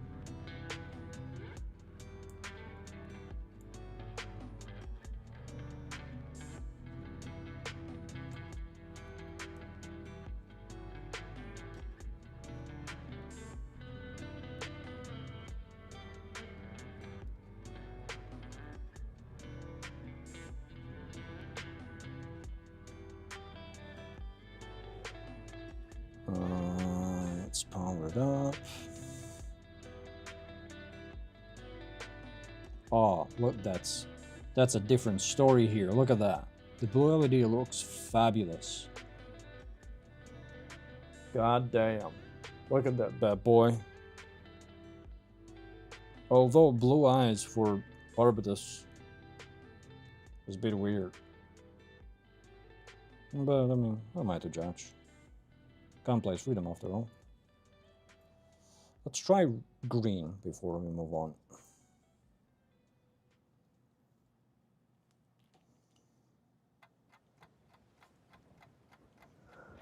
You got so no box means bubble wrap, but box also means bubble wrap. I learned that the hard way. So I was about a year ago or so. I was really like on the hunt for real great Evangelion kits. I wanted to get all of them and like do it like a build off. And I found the night version. Night combat version of the Unit 01, and I ordered it from one seller that had like 99% positive rating on AliExpress, and it was, they had two shipping options, boxed and unboxed. So I was like, I might as well get the boxed one. It wasn't like too crazy expensive to ship that. Plus I wanted the box for the video, and they shipped it in a box, in a bubble wrap, and it arrived in a ball shape. Like it was so badly damaged, as if it was squeezed by a press, like hydraulic press or something like that. It was mangled beyond belief. So I immediately reported that to, AliExpress. They gave me my money back after asking some really like silly questions. But I showed them the pictures and they were like, oh crap, well, here's your money back. And then I ordered the same kit from another seller for less.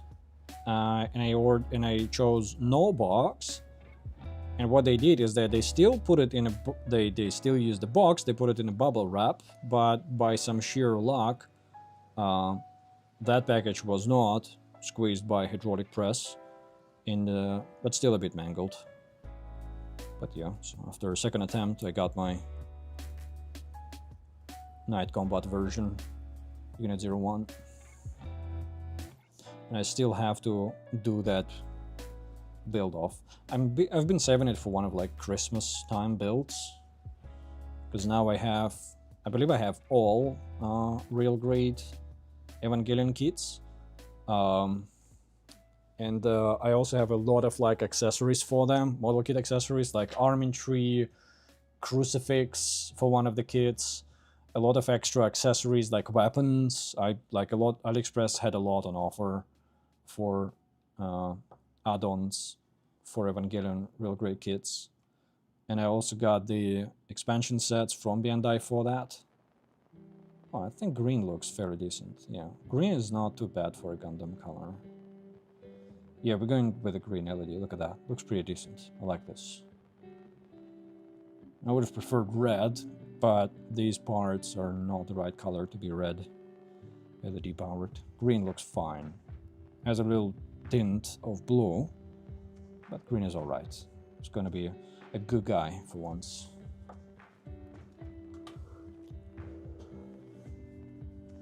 Since how the price be bad, I worry about the quality. I cannot comment on the quality of Daban kits. I've never built a Daban kit before yet. I have built the original PG Perfectibility though, and from Bandai, and it was a phenomenal build. To this day, it's one of my favorites. It is still in a central place of my collection.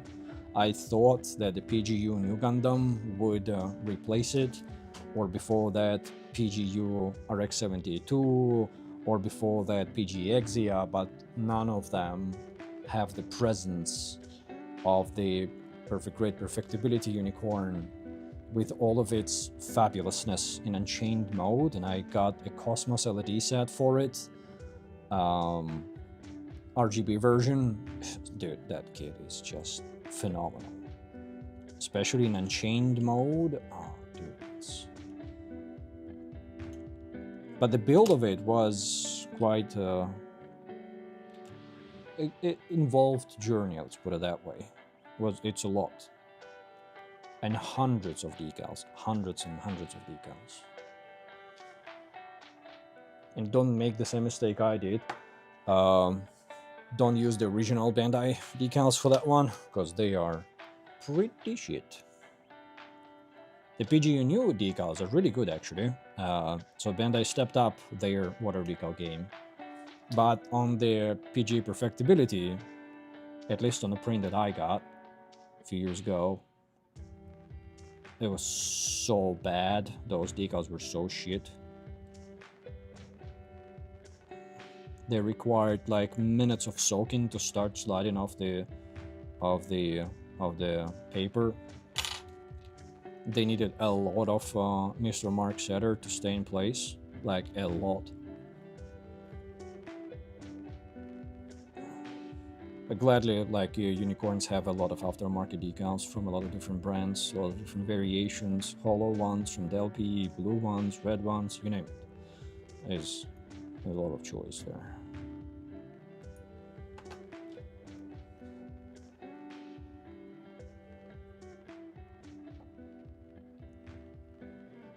Okay, this will be the back hatch, I believe.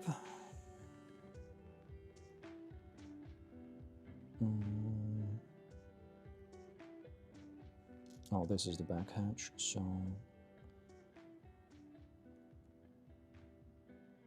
this is going to be here. Now I need to run my wire through there. Let's see if we...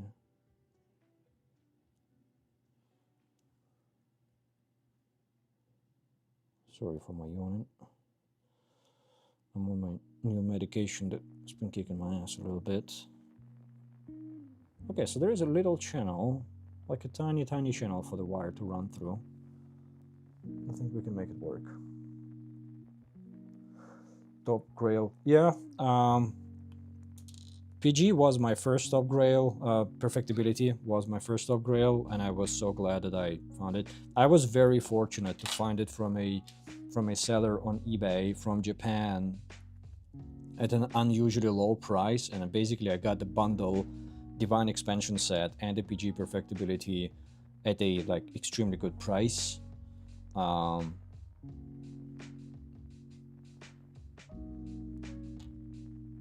Was really happy I got that. It was my gift to myself for Christmas. I made it like a small event for me. I got promotion at work, and I was like, I want to celebrate that, so I wanna do something special. It's really cool build. My next top grail, which I cannot yet justify buying or afford, is Phoenix.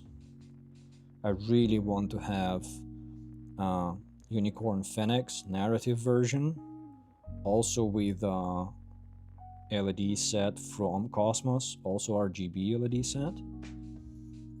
And I want it in Unchained mode as well. It's very expensive though, it's like 1,000 Canadian outright before taxes.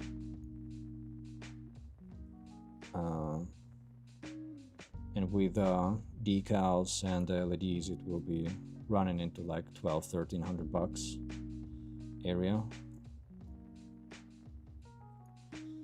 So my ultimate display for my centerpiece in my collection would be PG Perfectibility, PG Phoenix, and between them PG Unicorn in Unicorn mode, and all of them with the Cosmos LEDs and looking fabulous. That can be such a cool display. But for now, I just have PG Perfectibility in its divine greatness. It's been on my shelf like in the center as a centerpiece for 2 years, and I still am not tired of looking at it. It's just such a great kit. And that kit, even with a crazy premium Bandai price that I had to pay for it through eBay and stuff like that, it is still cheaper than what I got PGU New for. And PGU New doesn't have half of the presence that Unicorn has with Divine Expansion set. Let's see if I can make this.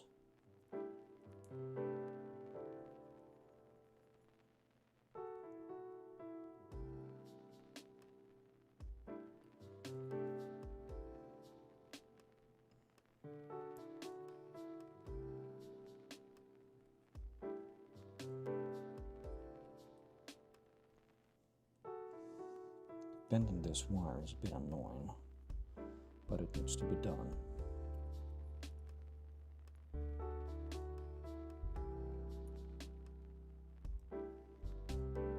We are getting there.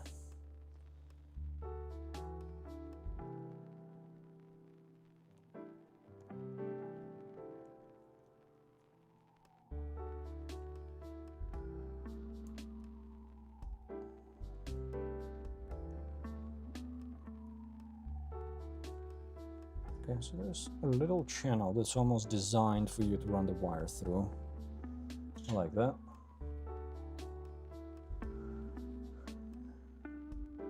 Got go, was great talking. Yeah, hell yeah, dude. Thank you very much for dropping by. Have a great weekend.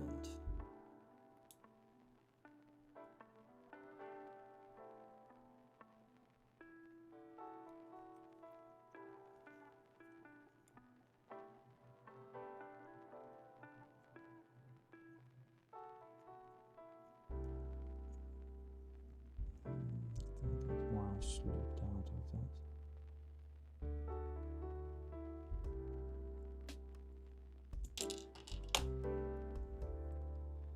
Let's try again.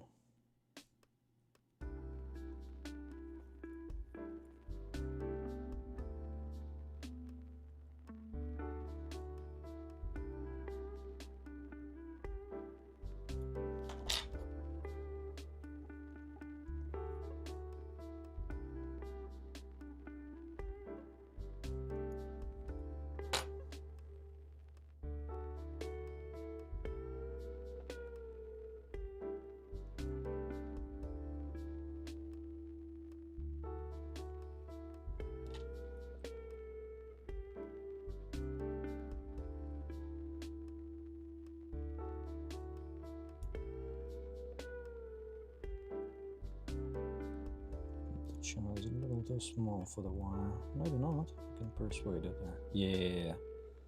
There we go. Okay, let's power it up. Make sure that everything is still aligned. Let's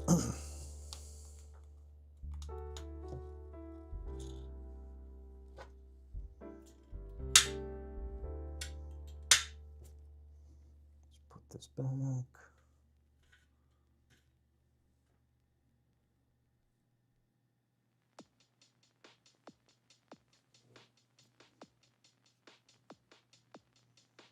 What's up, my man? How's it going?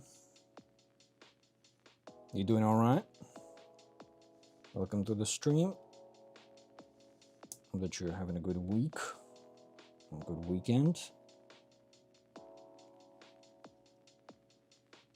Have a lovely weekend. Thank you very much. You as well.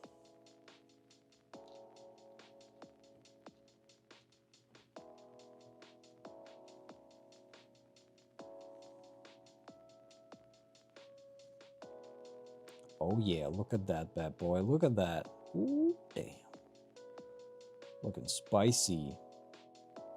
Very good. Love it. Going good, doing some house chores. Nice music. Yeah, some music playing in the background. I did not forget to turn it on. Hell yeah. Thank you. House chores. That's what's waiting for me tomorrow. Freaking house chores, man. Gotta do them though. Gotta do them. Okay, so for now we're not gonna run the rest of the wires for the LED. We'll sort that out later.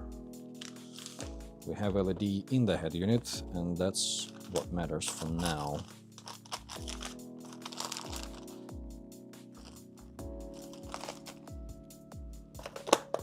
What build are you working on, my man?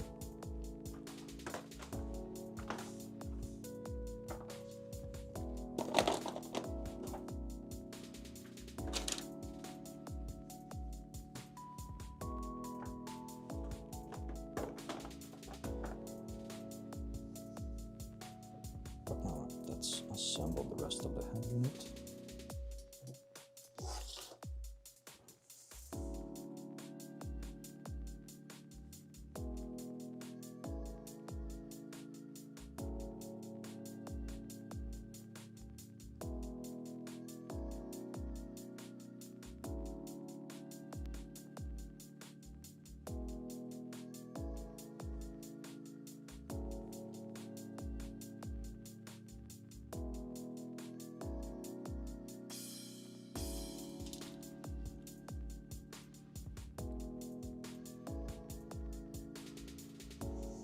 You hate that stuff, hating. Well, that's why they call chores, man. Nobody likes them. They suck. But if you try skipping on them, your better half is gonna make you hate your life. So, gotta do them, dude. Gotta do them. Gotta do them.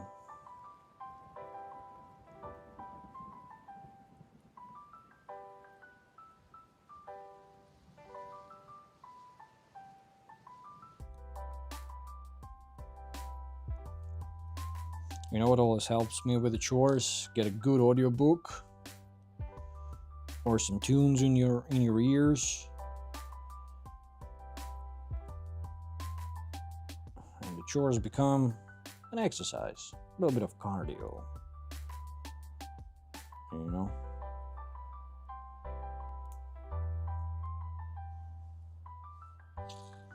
Okay, why do we have two V-fins? I don't quite understand it. Are they the same? They're exactly the same. One of them was damaged, another one was not. Is that why they have two? Because they knew one of them would be damaged? It's pretty thoughtful.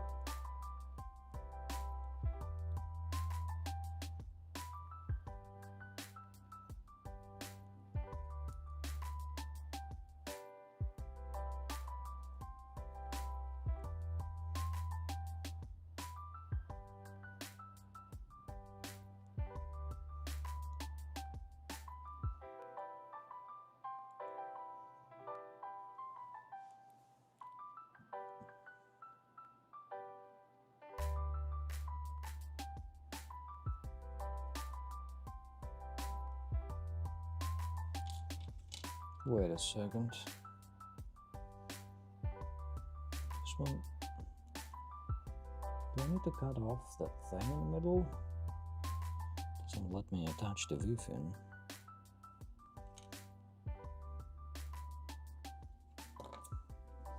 Well, because I have two of them, I'm not that afraid.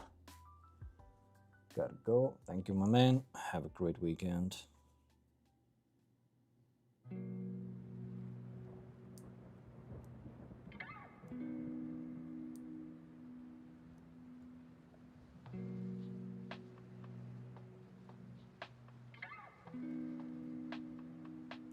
Let's carve out this part.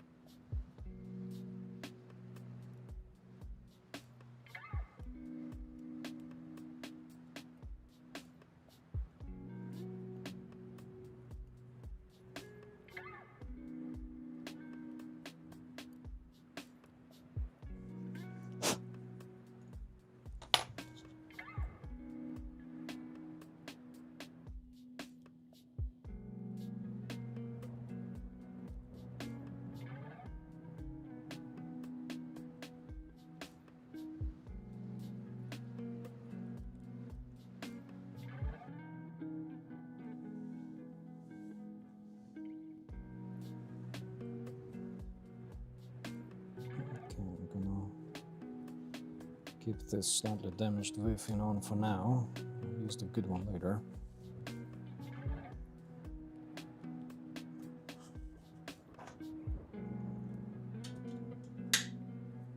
Well, let's get to the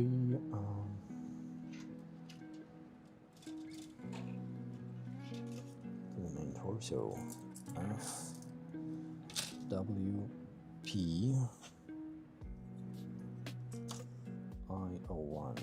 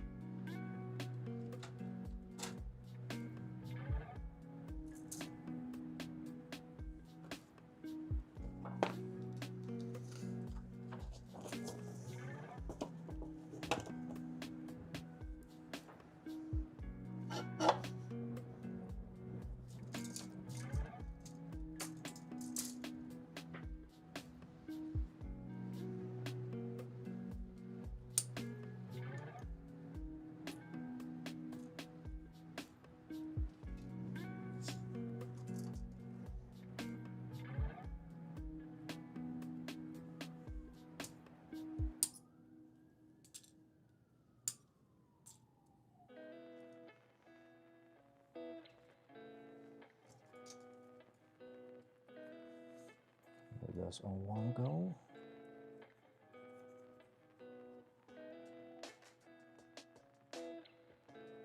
I don't see O1. Oh, there we go, O110 at the bottom. Oh, this bad boy. I might silver line this kit. There's a lot of parts that are sort of asking for silver lining. I think that could look pretty nice.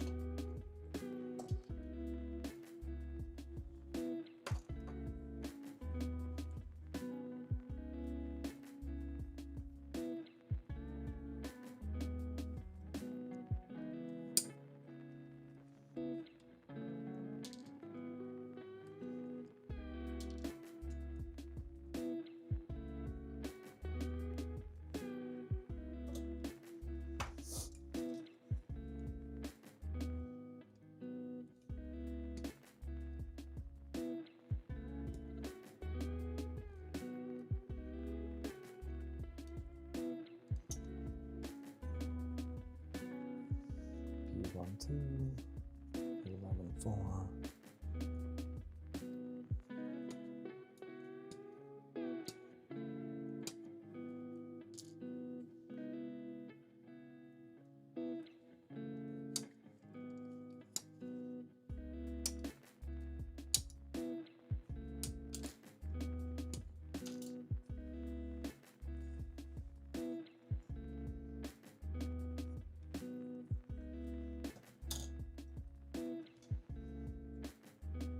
W1112, all these guys.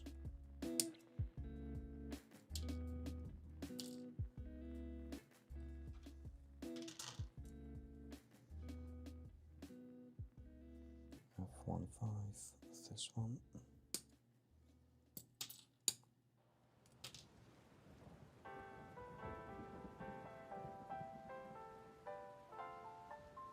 T13.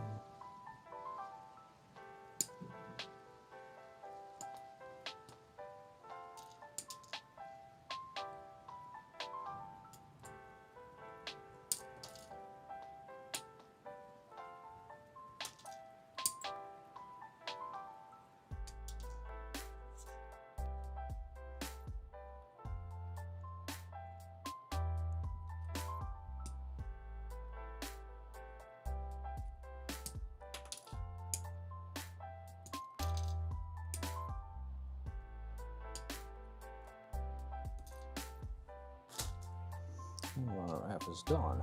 That was pretty quick.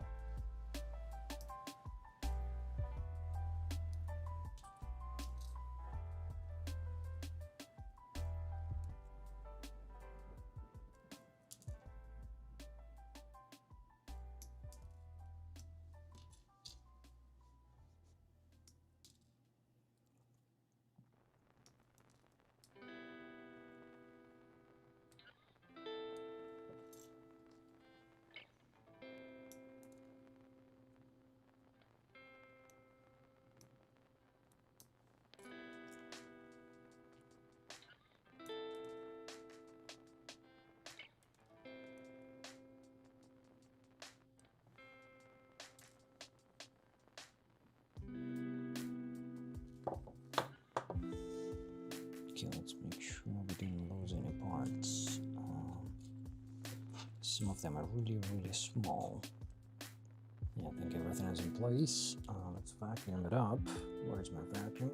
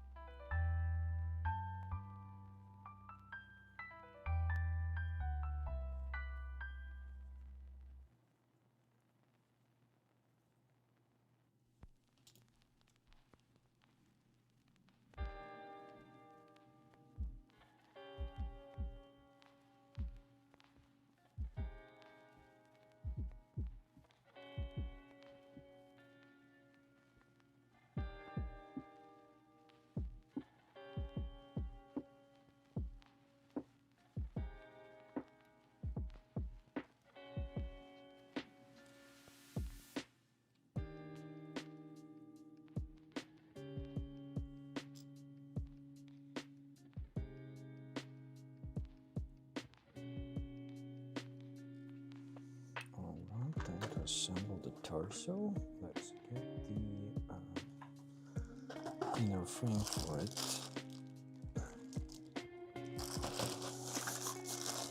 So it's the torso inner frame.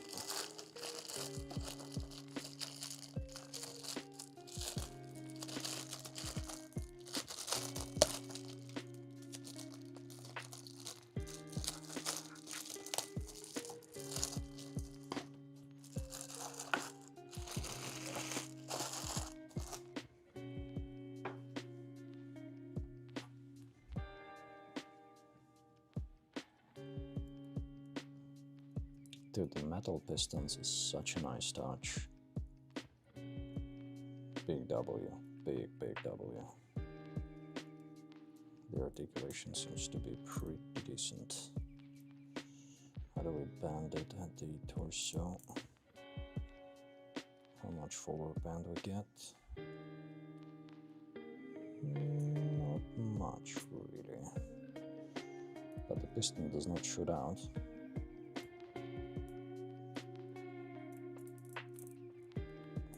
So the neck articulation is pretty limited. Can I work it a little bit? Just a smudge. The arms are good.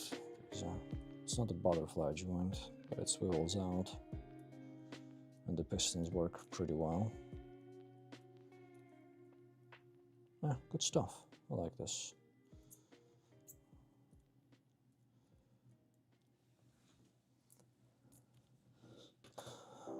Let's assemble it.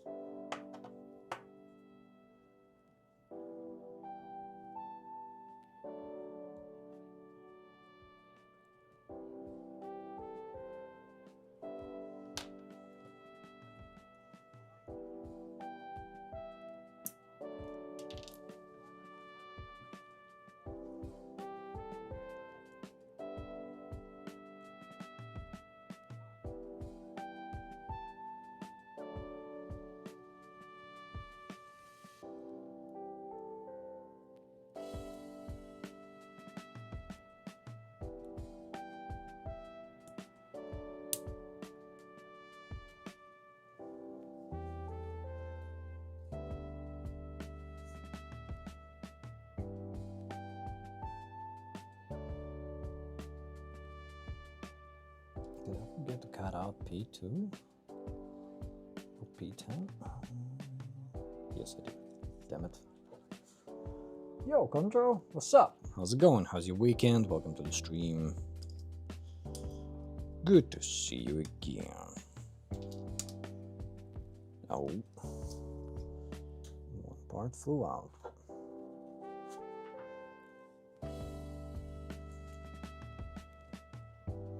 I'm just working on the 1/100 scale wolf deck.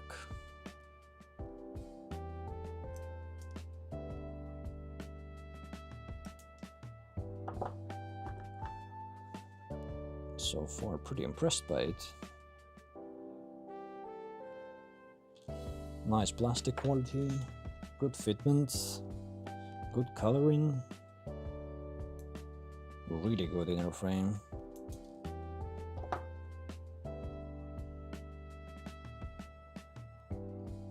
It's almost like the 1/60 scale Wolf Remains, like a lower quality knockoff of this one, because the design elements are one-to-one, even to minute, down to minute details.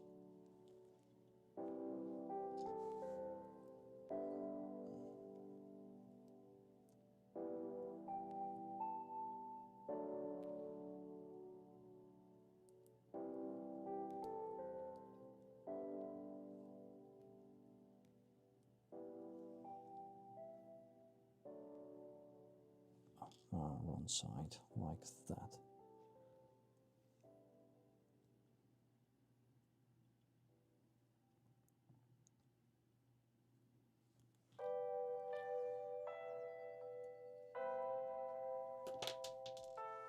What are you working on, my man? Any interesting builds?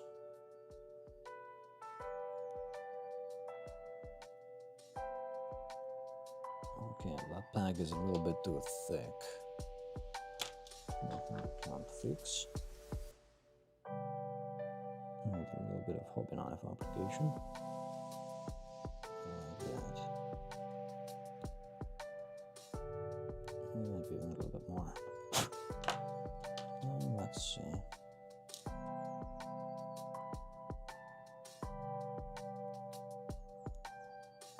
Much better.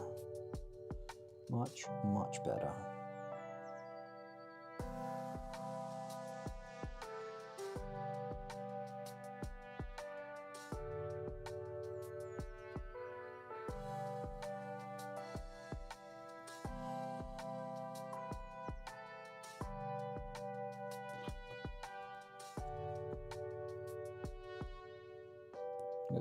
For the MG scale, there are some really fine parts here.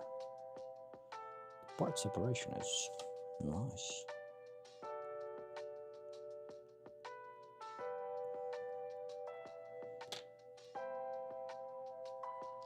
And on the other side,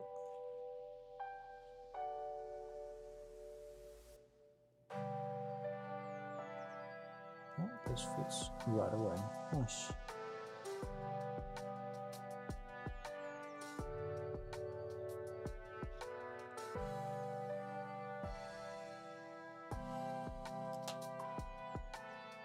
Very good.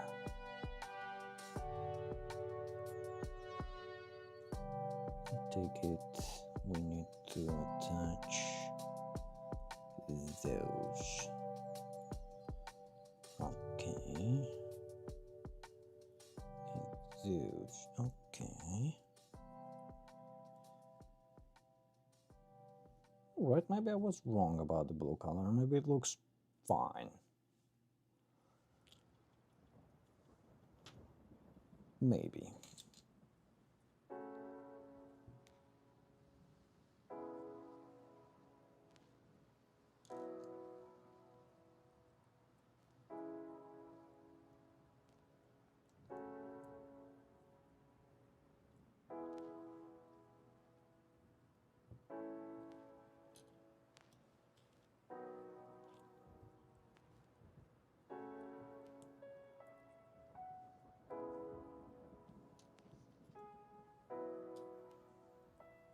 Oh, this attaches to the underside of that blue part. Interesting. How sturdy is that attachment going to be, though?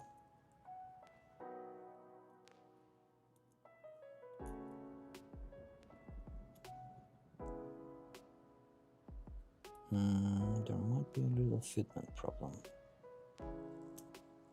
Let's see if we can squeeze it in. Okay.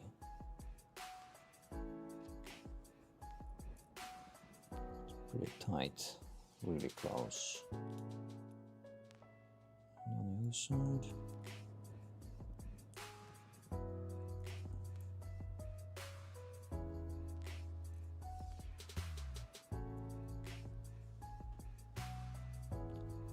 Easy. Then the back wires.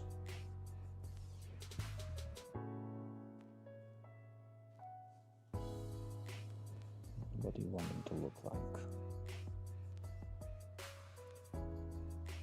Like this.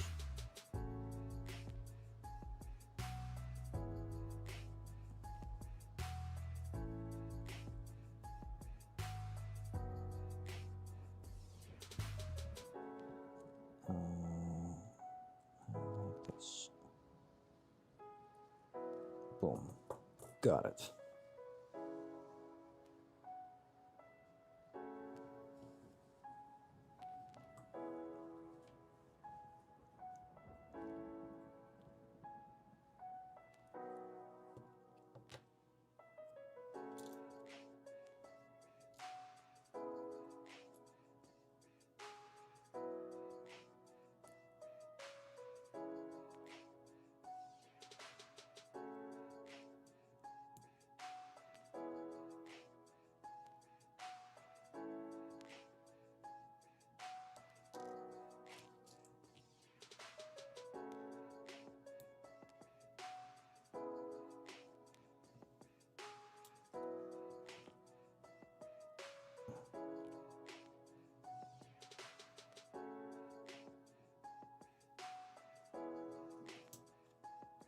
So we have this, then we put this on top of that.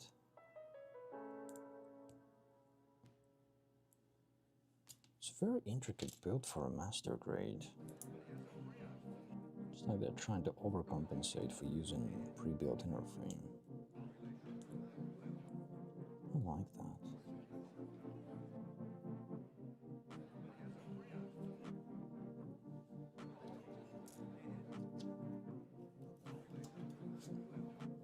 Freaking dust.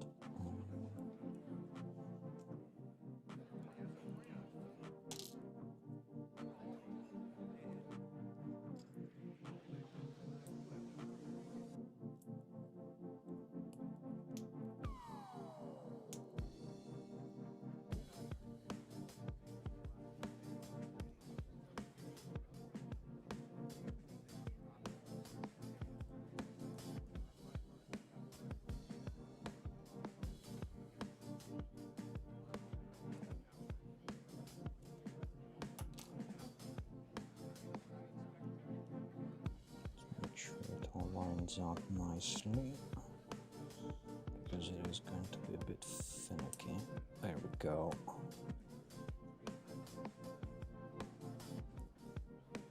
Oh, nice.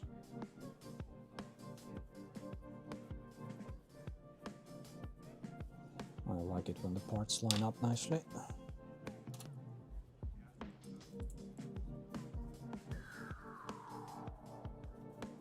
Oh, I can't open the bags. Silly me.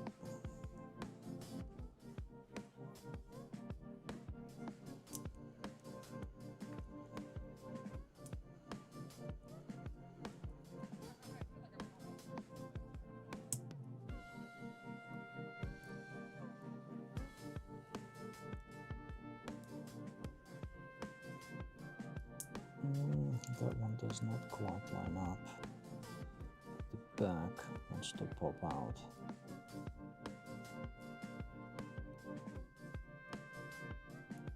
But this one does line up. Oh, what is stopping you?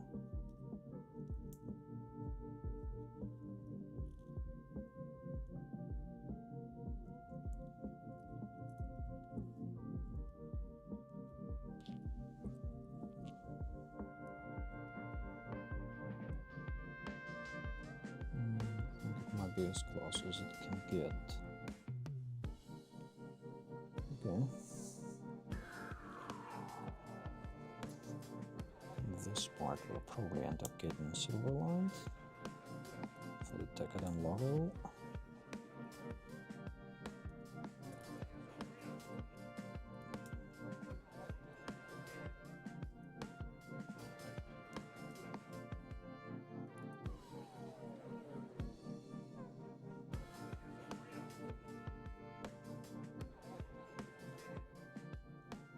So we don't get a pilot with this cockpit, unlike the 160 scale build.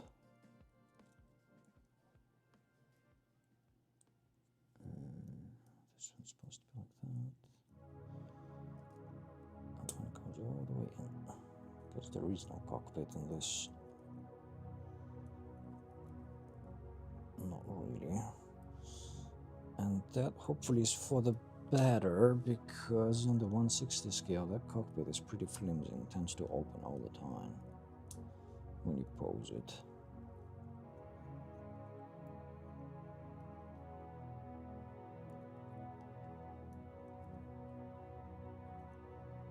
Oh, they have cockpit also slightly differently engineered here. So it does open just a little bit, and it almost looks like there could have been a tiny pilot on the inside, deep inside, but we don't get a pilot.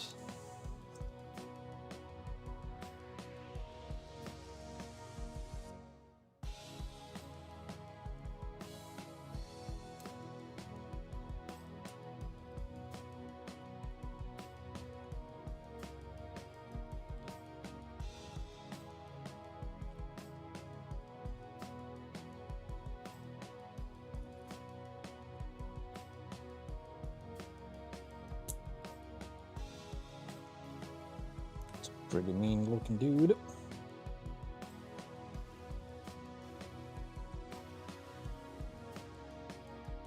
Yeah, the cockpit is... It doesn't open up like the 160 scale, but still when you're going to be posing it around, it's probably going to be easy to inadvertently open it when you don't necessarily intend on opening it.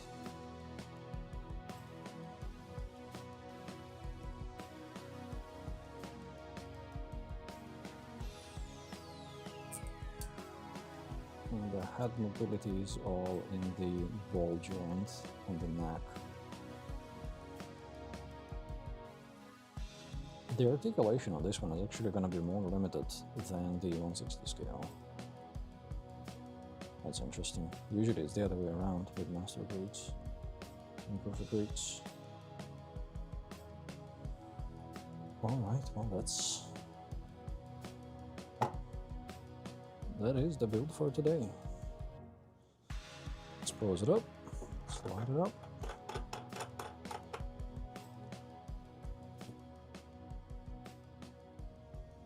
I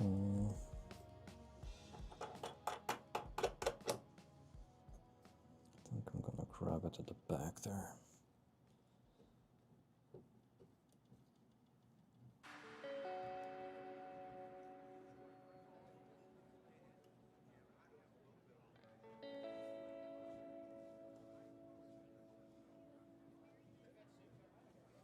Get some LED power.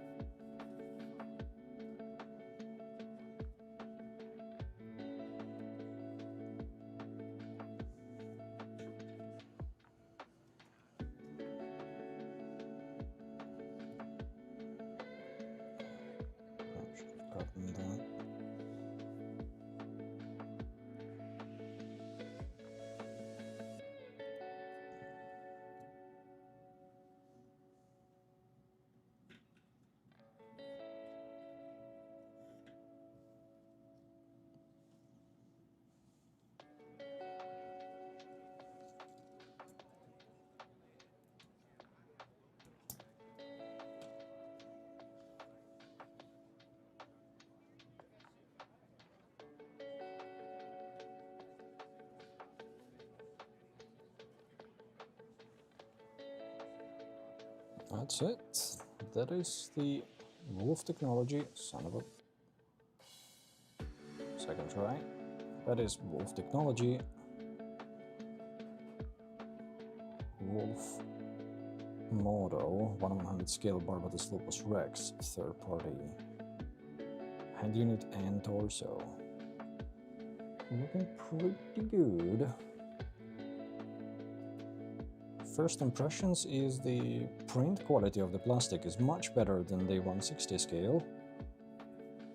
The design is almost the same, but the assembly is different. The articulation from first impressions on the head unit and torso is actually more limited than the 160 scale, which is also a little bit surprising.